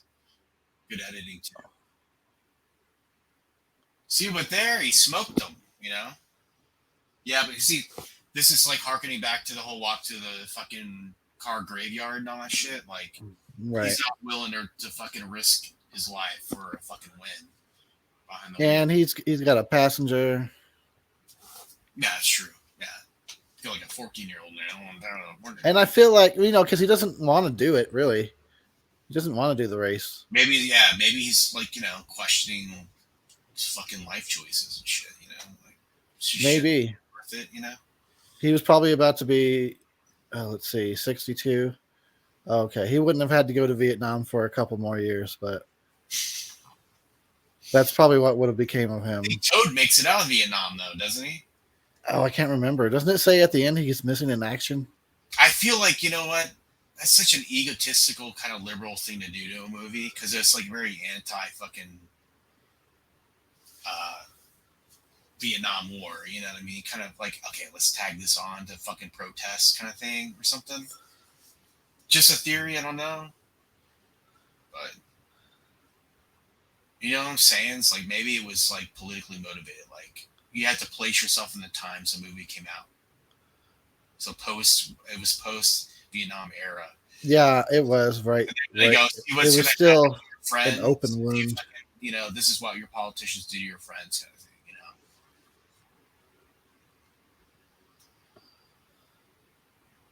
It'd be like watching like Pulp Fiction, and then they fucking go into a diatribe about the Iraq War at the end. You know, it's like what? Sure, I get it. I don't know. It just was. It was such a big deal at the time, so it was such a cultural impact, for better or for worse, which was just for worse, really. I mean, I guess we got some good Creedence Clearwater songs out of it, Vietnam. I always think of Buffalo Springfield. Something happening here, right? But it isn't exactly clear. Yeah, there's some good stuff there, man. There's all the shit that ended up in fucking what's his name? Fucking what's that movie? I'm thinking too hard about it. The one with Apocalypse Now? No. That one and Forrest Gump. I got all the good songs in it. You know? So hey, well then let's talk about how do you think that this movie inspired Dazed and Confused? Oh, absolutely, dude. You don't think there was a whole generation fucking come out in the 80s that were like, I want to make a fucking American Graffiti? Like nostalgia. I mean, I think Dazed and Confused is pretty good approximation. I mean, it's not as good as this movie for sure, but it's a good movie. It's very memorable. A lot of good characters, good casting, good dialogue and stuff. It's a little bit more stilted than this, but I like that movie, you know. What about the Hollywood Nights? That's 1980. I mean, I think you look, John Hughes. Look what he did with the whole thing, the whole idea behind it. You know, I mean, he made a whole like fucking juggernaut of a movie about fucking detention hall. You know, that's got to be inspired by this type of movie. You know, what would you ask me? What was it? The Hollywood Nights. I haven't seen it. Oh, well, okay. It's kind of like this vibe a little. Hollywood Nights. Did you send me a link to a movie that was like this? You said check it out. I think I've suggested it before. I don't know if I sent a link. Oh, you mean like kind of like copying, like directly copying kind of like this movie kind of movie? Sort of. It's I don't know. I like it on its own. Because I remember when I did my review of this, which by the way, check out, it's somewhere on my channel. It's a good review. It's probably one of my favorite ones. But anyway, yeah, I remember you sending me a link about, hey, this movie is actually pretty on par or something. You know? Yeah, I think I did compare it to American Graffiti. And I think I watched like half of it and I shut it off. But I don't think it was because I didn't like it. I think it's just, you know, I got distracted or something. So it's got Tony Danza, Michelle Pfeiffer, Fran Drescher. Yeah. No way. Who else? There's some other people. Oh yeah, the guy Robert Warler, something, dude from Batman. Mm-hmm. Anyway, I like it. It's a lot of fun. So you're talking about directly influenced type movies, not yeah, because it would, like I said, 1980. I'm trying to think of like the earliest case of a movie that seems like it was influenced by American Graffiti. So 1980, Hollywood Nights is the earliest that I can think of. Oh, okay. Yeah, I'll have to go back and rewatch that one, man. But you know, it's when I want to watch this style of movie, I'll watch this movie. But You could definitely make a case for like other directors being influenced by. I mean, shit, you could say Tarantino was fucking probably influenced. I mean, Yeah, I he's think it's. I very think dialogue driven. he probably has this movie on his top list. You would think. I mean, if he's got fucking De Palma's Blowout on there, he's got fucking this movie. Which Blowout is actually pretty fucking good. And Body Double, you ever watch Body Double? I don't think so. Dude, Brian De Palma. Yeah, I don't know De Palma movies very well. Watch a movie, Brian De Palma. Oh shit, I'm hungry. I'll text it to you later, but it's really good, dude. I mean, Body Double. When was that made? 80s. Definitely 80s for sure. Body Double. Okay. Fucking really good. Nobody ever talks about it. Totally forgotten in time, but really good. But oh yeah, so this is where he's trying to. He's like, I gotta get this girl out of my car. This is nothing but trouble. And he's like trying to do a little Jedi mind trick on her. You know, he's lucky it worked, because what if it backfired? Dude, that's a risky move too, man. Like, you know, but he's like, I got this girl pegged. She's in over her fucking britches here. Like, let me just scare the shit out of her, and I'll take her home. If it had been me, I would have like walked her up to the fucking door and like handed her off to her parents in person. Like, I'm not leaving anything open for interpretation here. Fuck that. Like, my intentions were nothing but honorable here. You know. I guess if I was to be stuck in that situation, like I'm just handed a girl, like an underage girl. I guess, all right, I guess I'm hanging out with this girl. We'll listen to music. Maybe we have that in common. That'll be the best I can do. And like eventually, like I gotta take you home. Can we go to your house now? Like, yeah. It was cool hanging out with you, but I gotta go. Like pick your nose or something. And then, start farting. Roll up the windows and just rip it. Like fucking hot boxer and shit.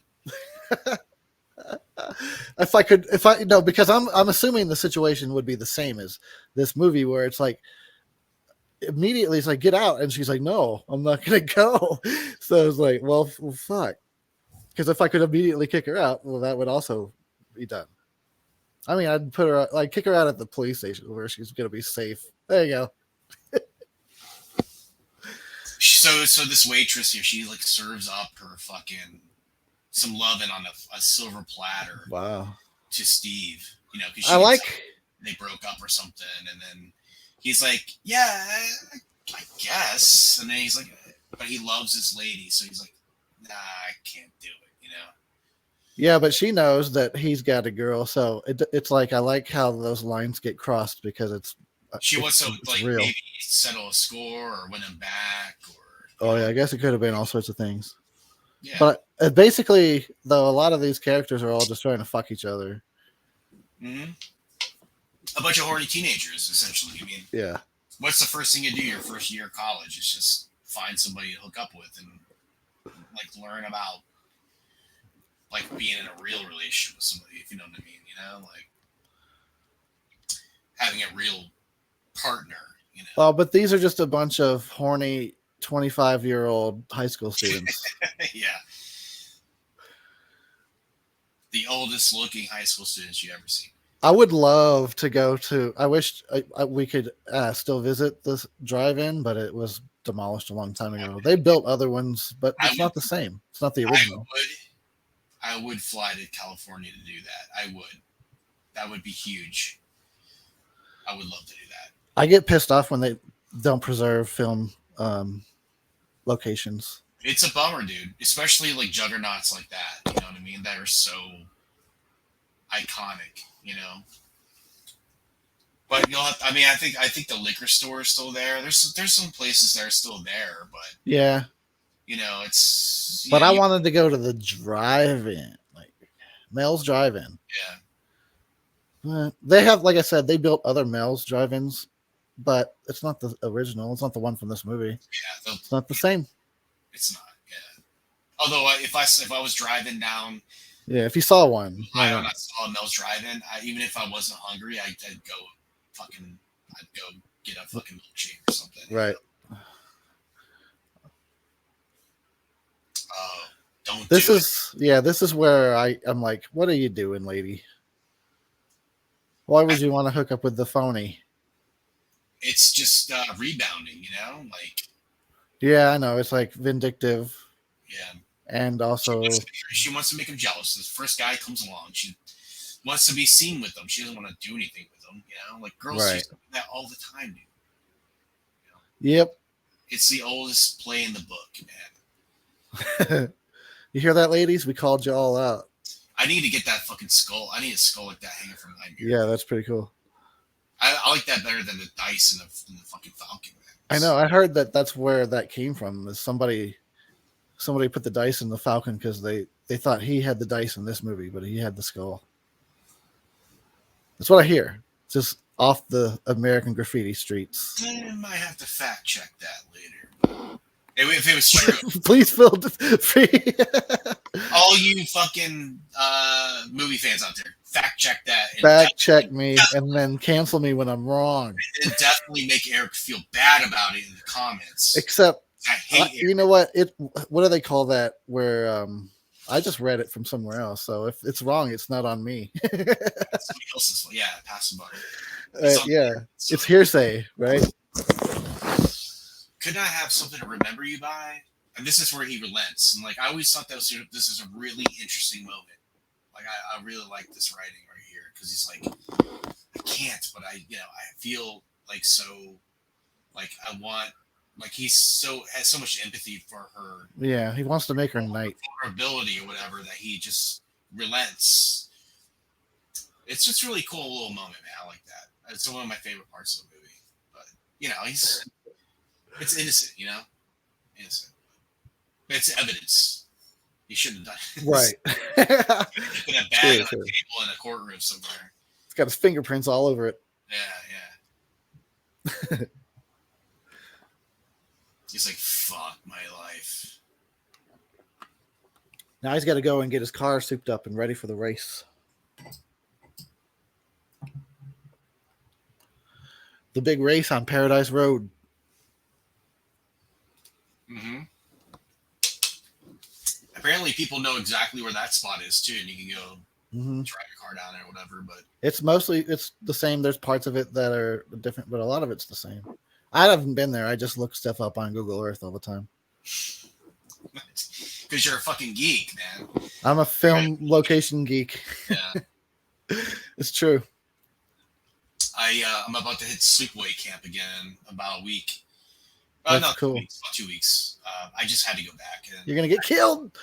Oh, you're gonna get killed so hard. You get killed for it's a sleepaway camp too. I'm gonna get killed for the second time. It's such a beautiful little property though, and I don't want to give it away, but I'm gonna do a special video. I'm still working on my sleepaway camp location videos. I'm gonna add on, and then I'm gonna do another special video. So I got plans, I got designs, so it's gonna be fun. Looking forward to it. But, that's cool, man. I wish I love going to locations. Yeah. It's I always like doing it because you get closer to the movie, and then when you watch the movie, you can actually understand where everything kind of falls spatially and stuff. So you like put yourself in the movie a little bit more and stuff. Well, yeah, you get to say, "Oh, I stood right there." Yeah, like the Prowler when I stayed at the Cape May Inn. Now when I watch the movie, I can see the hotel room window that I stayed in when I was there. That's cool. Fucking dope. I wish I could have made it to that. I regret not making it to that. Yeah, dude, that was a lot of fun. Went to the gazebo, fucking filmed a video there. I gotta still fucking edit that shit together, fucking year and a half later, but I got all the footage. Went there, that was really fucking cool. Like, the hotel is really nice. It's right off the beach, beautiful hotel. The little party room and all that stuff is in the hotel, and just the area around there in Cape May, New Jersey is really nice, like really old, Victorian, old school, big money, but beautiful, and yeah, it was fun, dude. Would have been nice if you had been there, but I totally understand them. Didn't happen, but I was unfortunately in the most pain of my whole life at the time. Yeah. I feel you, dude. I feel bad for you. I hope you feel better. get the I shit. feel bad for me too. Just Thanks. keep those, the butt ass house. No. I'll drink Mickey's. Oh, And that, yeah, Mickey's. And some old English once in a while. Yeah, I just do still drink that bullshit. It's gross. liquor. I gotta live the poor life, so fucking whatever. We've all been there, man. Should I drink cheap beer? So, It's so funny because we had like good beer one week, and I was like, "Oh my god, I'm not used to this." I forgot what good beer was like. You drink like 3 or 4 of them, and you're like shit face because it's like Right.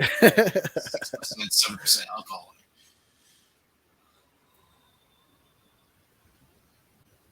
Oh, he's yeah. So okay, so Toadie's like, so his car got Steve's car got stolen from Toadie. Toadie finds the car in a parking lot, and he's trying to hotwire it. And he gets caught, and now we have this like hero moment from John Milner, who saves the day, which really is I think that's his peak moment in the movie.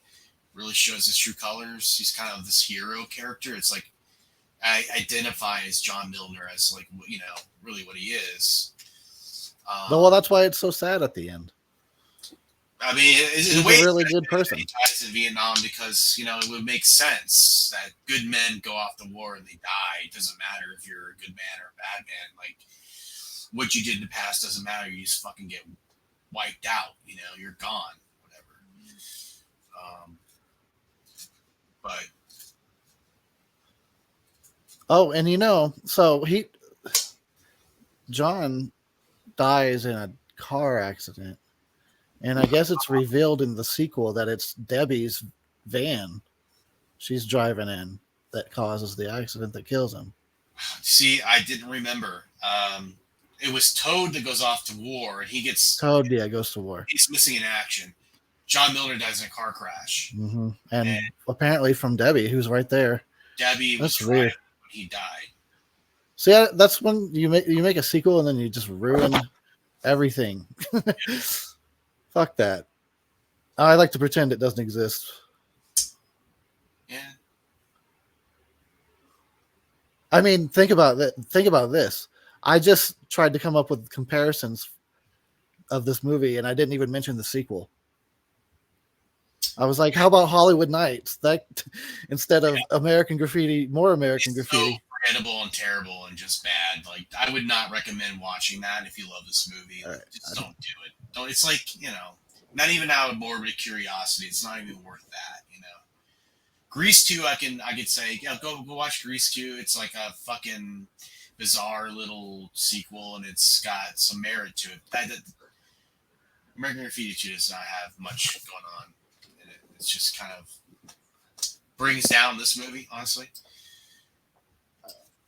I had to readjust everything, so now it looks like in the last stretch, man. We're almost there. Leaning. It's all dark on here. I didn't realize that. Oh. Yeah, you went dark about 30 minutes. My bad. I thought maybe you got camera styles. And... I wasn't watching me, so.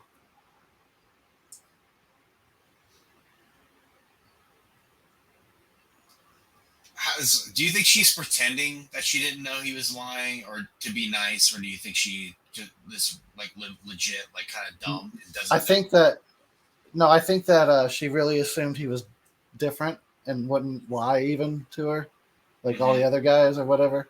Oh, sorry, I'm terrible at this. But yeah, I think she believed because she assumed, oh, he's the nice guy, so he's going to tell the truth. But instead, he gave her all the same bullshit lines.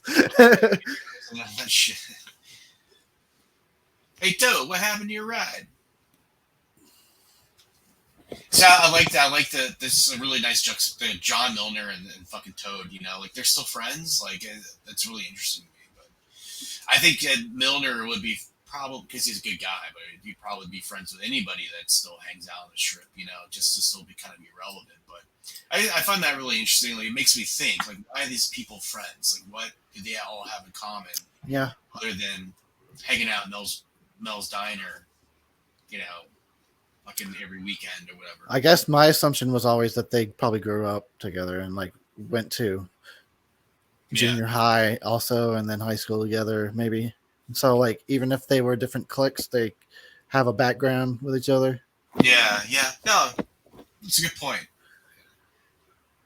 I went to such a gigantic high school with so many people that it's like, and I moved around a lot, so that's not really like a thing that was my experience in life. In high school and grade school and all that. I didn't grow up with all the same people, but when I was in high school, there's definitely like cliques of people.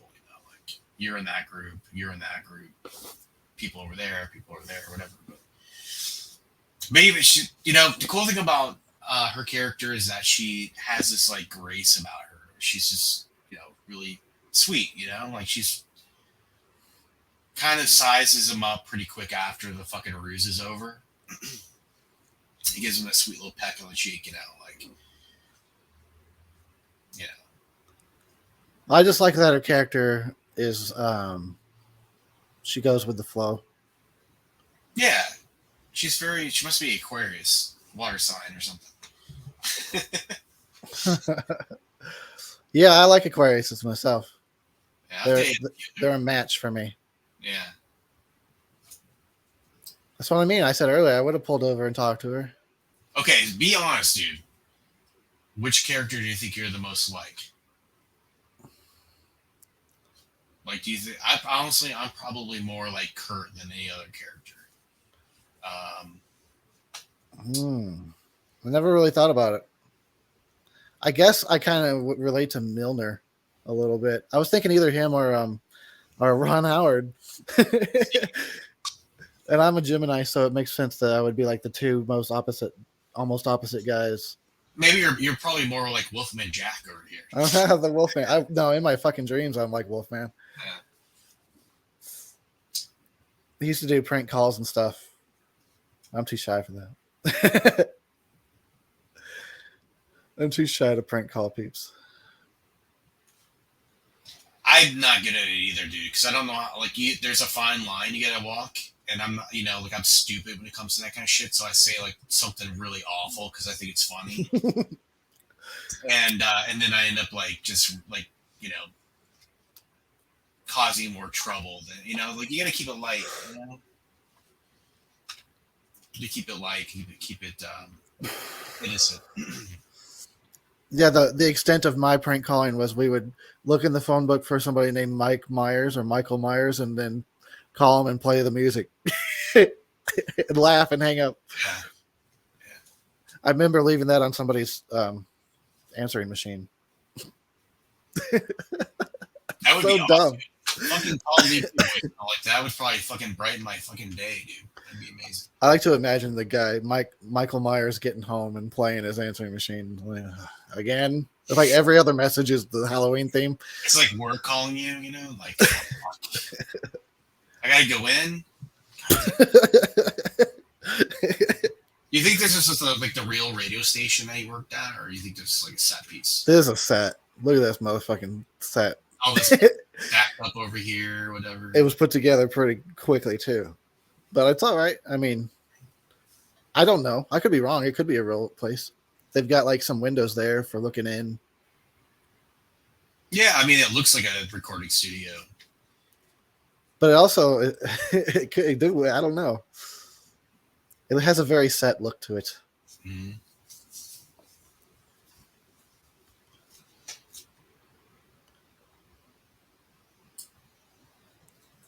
So you never know when it comes to the old technology what all that shit does.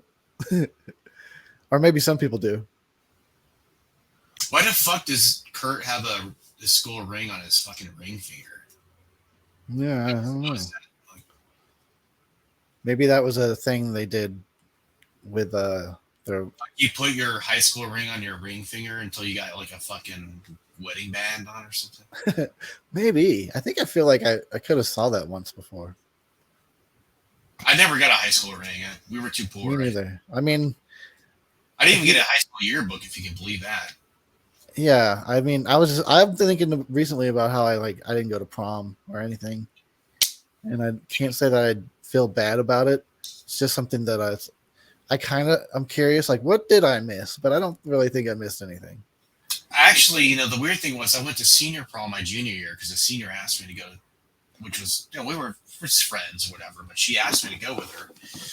And I had a great time junior year going to senior prom. And then when I went to senior prom with this fucking girl, fucking awful. So I was lucky, like, that I got to experience a good senior prom, but with, there was like no pressure on me or whatever. That's cool. I was too cool for school, so I didn't want to go. You were probably hanging back listening to Ozzy, smoking weed and shit. It's like a 100% chance that's what was going on. Yeah. I wanted to go experience. I actually think I even remember that night because a friend of mine, she lived right next to the school. So I remember, like, at one point we had to go by her house, and you could, like, hear the prom going on.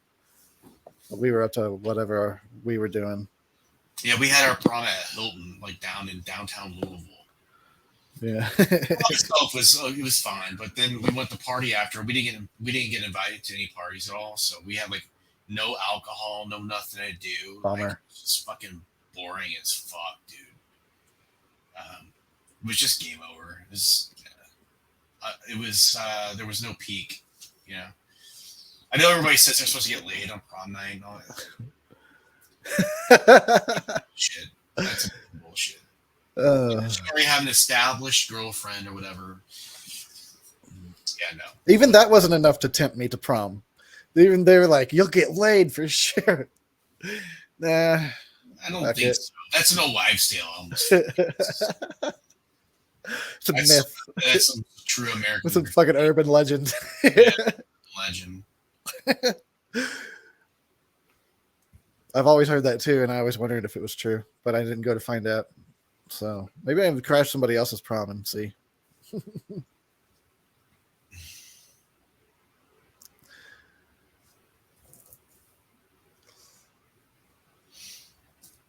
Yeah, so I like how, like, now you get like a shift in daylight. Certain sunrise is coming up. I like that, and he's desperately trying to find this woman that he saw in a car, and he's like, obviously, I thought it looked like an older woman to me, but this like Suzanne Summers. Yeah, Suzanne Summers, fucking angel in a car, right?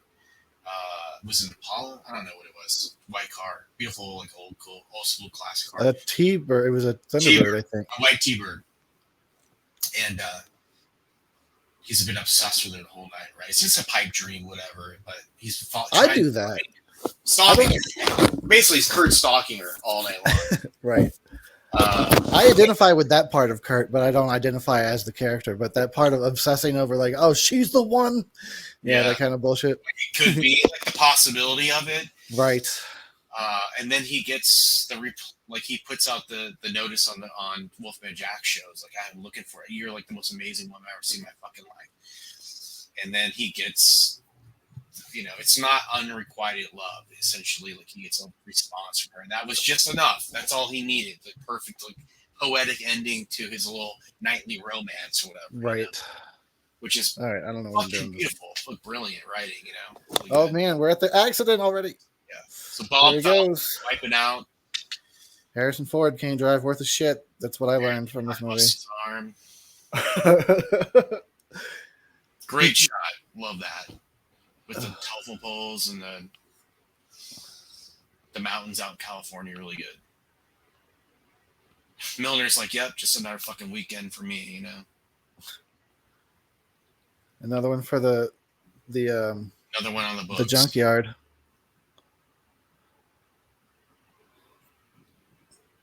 So when I first saw this movie the first time, I didn't see the switch coming. So it's just so brilliant to me. It almost makes the whole movie, the switch of character at the end. Can you be a little more specific? Like, what do you mean exactly? The switch at the end? Where the one that kept saying I'm gonna leave the whole time stayed, and the one that kept saying I'm gonna go. Yeah. So Steve is trying to get Kurt, like, we're gonna go, we gotta go. No. And Kurt's like the whole time he's lamenting, I can't, maybe I shouldn't use. I shouldn't leave. And then you're right. Steve is the one who decides to stay for his lady to have a future with her because he realizes he loves her, right? Mm-hmm. And Kurt has a fleeting idea of love that night and then leaves. Right. You know, And that's enough to inspire him. yeah, it's really cool. I mean, this movie is sophisticated. It's actually pretty smart. I mean, who writes movies like this anymore? I don't know if anybody does. I wish I could. If they do, we don't know about them. That's the sad thing. Is like they don't get any attention. You know. Did It's you? It's like they make movies that are clever. You know, like Parasite is clever, but it's not like this. You know, which is like heartfelt. You know. So like movies come out. They're blockbusters, or they're clever, or they're DEI type movies, or whatever. But they don't make movies too much like this anymore. I feel like, just too bad. I like that's right. Toad.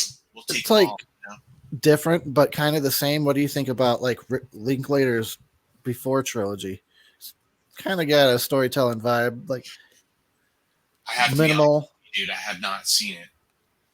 So Like, if that's a recommendation, I'll definitely check it out. You haven't seen any of his Before movies? Before Midnight, Before Sunrise, Before Sunset? I haven't. Oh, man, you haven't seen those movies? You should check them out. I haven't seen them, but now I'm intrigued. Now I got something to do the next couple of days. All right. Well, they're like a slow-paced movies where they just talk, but it's interesting dialogue. So I kind of thought it was a sort of a similar vibe of it's not about the plot so much as the characters. That's crazy to me that you haven't seen those. I love those movies. Yeah, but they're like sort of romance, but also like deeper than a romantic movie. That's cool. That sounds interesting to me. I'll give it a whirl. Are they streaming anywhere, or you have to like actually? Oh, I don't know. I don't know. Probably maybe on an HBO service or something. Perhaps Netflix. So T-Bird girl fucking calls and she just gives him a couple little lines to just enough, you know what I mean? She likes his enthusiasm, but it was like, I'm not actually gonna come and see you. It's like his mom's, like she's just out going for a pack of cigarettes and like she's like, "Aw," but she's like, puppy love. Remember that? But I want to I don't want to fucking destroy this guy's life tonight. So here we are. It's time to go away. Kurt's, is that Steve's mom?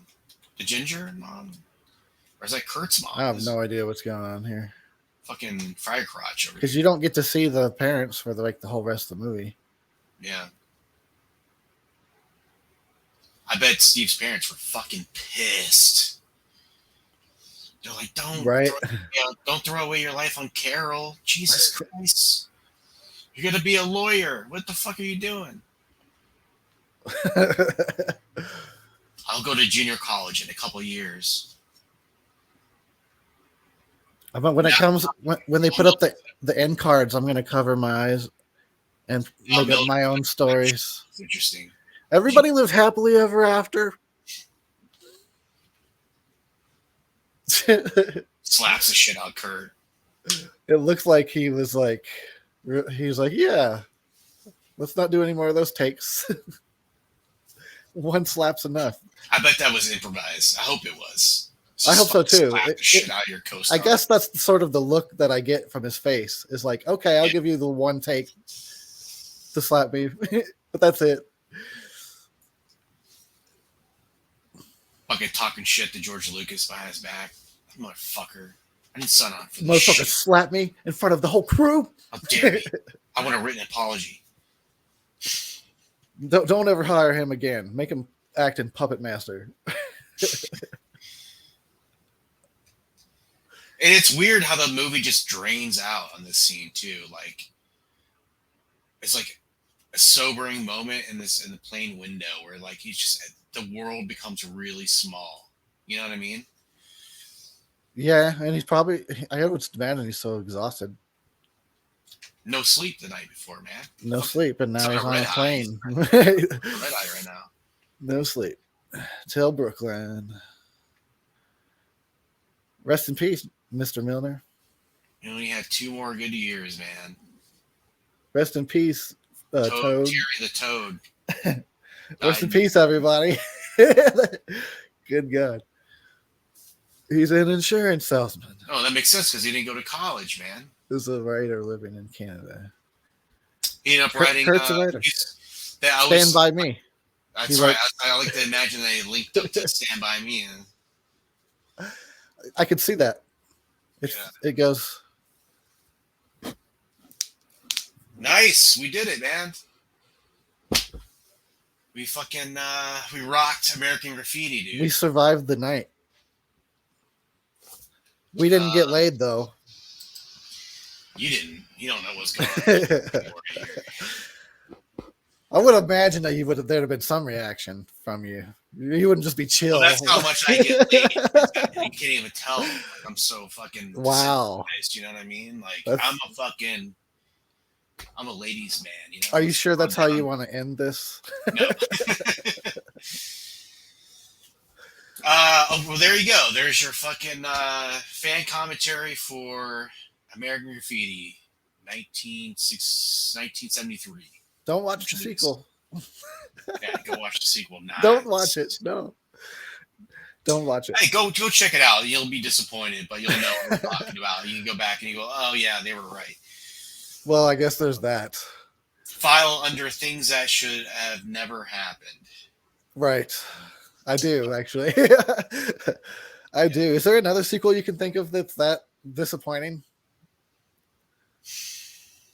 Man. I'm sure there's so many, but I can't think of any off the top of my head. What about you? You got one? No. There's got to be some out there that are really bad. Not that disappointing. I was thinking about The Fly, too. Have you seen that with Eric Stoltz? I like that movie all right, though. That's actually pretty good. But nobody ever thinks or talks about that movie. And nobody talks about it. I think the mutant dog scene scares everyone away from talking about the movie. Yeah, but it's actually pretty good. I was surprised, yeah. So, yeah, I've always liked Fly 2, actually. It's not as good as The Fly, or the first remake. No way. David Lynch, and then, I mean, it's interesting, you know, it's underrated or whatever, but... Yeah, totally. I agree. It never gets talked about. Sequels out there, but American Graffiti 2 is going to be one of the absolute sequels ever. I can't say Gremlins 2, but it's that movie still has some enjoyment. That's the movie's a spectacle. At least it's a spectacle. Right, because more American Graffiti is boring. Original. I'm like, are you fucking crazy? Like, no way. But some people say that's better than the first one. I don't know. Not me. But let's wrap it up, dude. Thank you so much again for coming on the show. I really appreciate it, man. And thanks for having me. It was a fun time. It's so nice to be able to talk to somebody about these movies and fucking, you know, rewatch them and have a good time, because nobody seems to care about these movies anymore unless you're like fucking over the age of 50 or something. I don't know. But I love American Graffiti, so really appreciate you coming on again. And if you haven't checked out Eric's channel, it's called The Death Twitch. It's on YouTube. Go over and sub. Look, I mean, you haven't done any new content in a little while. I mean, you got some stuff up there, but you got a lot of content, a lot of dangerous reviews, over there. Don't go. A lot of drunken Terrys that are a lot of fun to watch. All right, we'll go watch one video, and then that's your limit, though. I love Eric's stuff, so go check it out. I sell my product. Go sub, give a little spike in subs or whatever. And I guess until next time, guys, stay awesome, stay R-rated. Cheers. Eric, anything you want to say? No, just goodbye, and thanks for hanging out with us, because it was a fun time with one of the best movies ever made. That's right. All right. Thanks a lot, everybody. Thanks for having us. Cheers.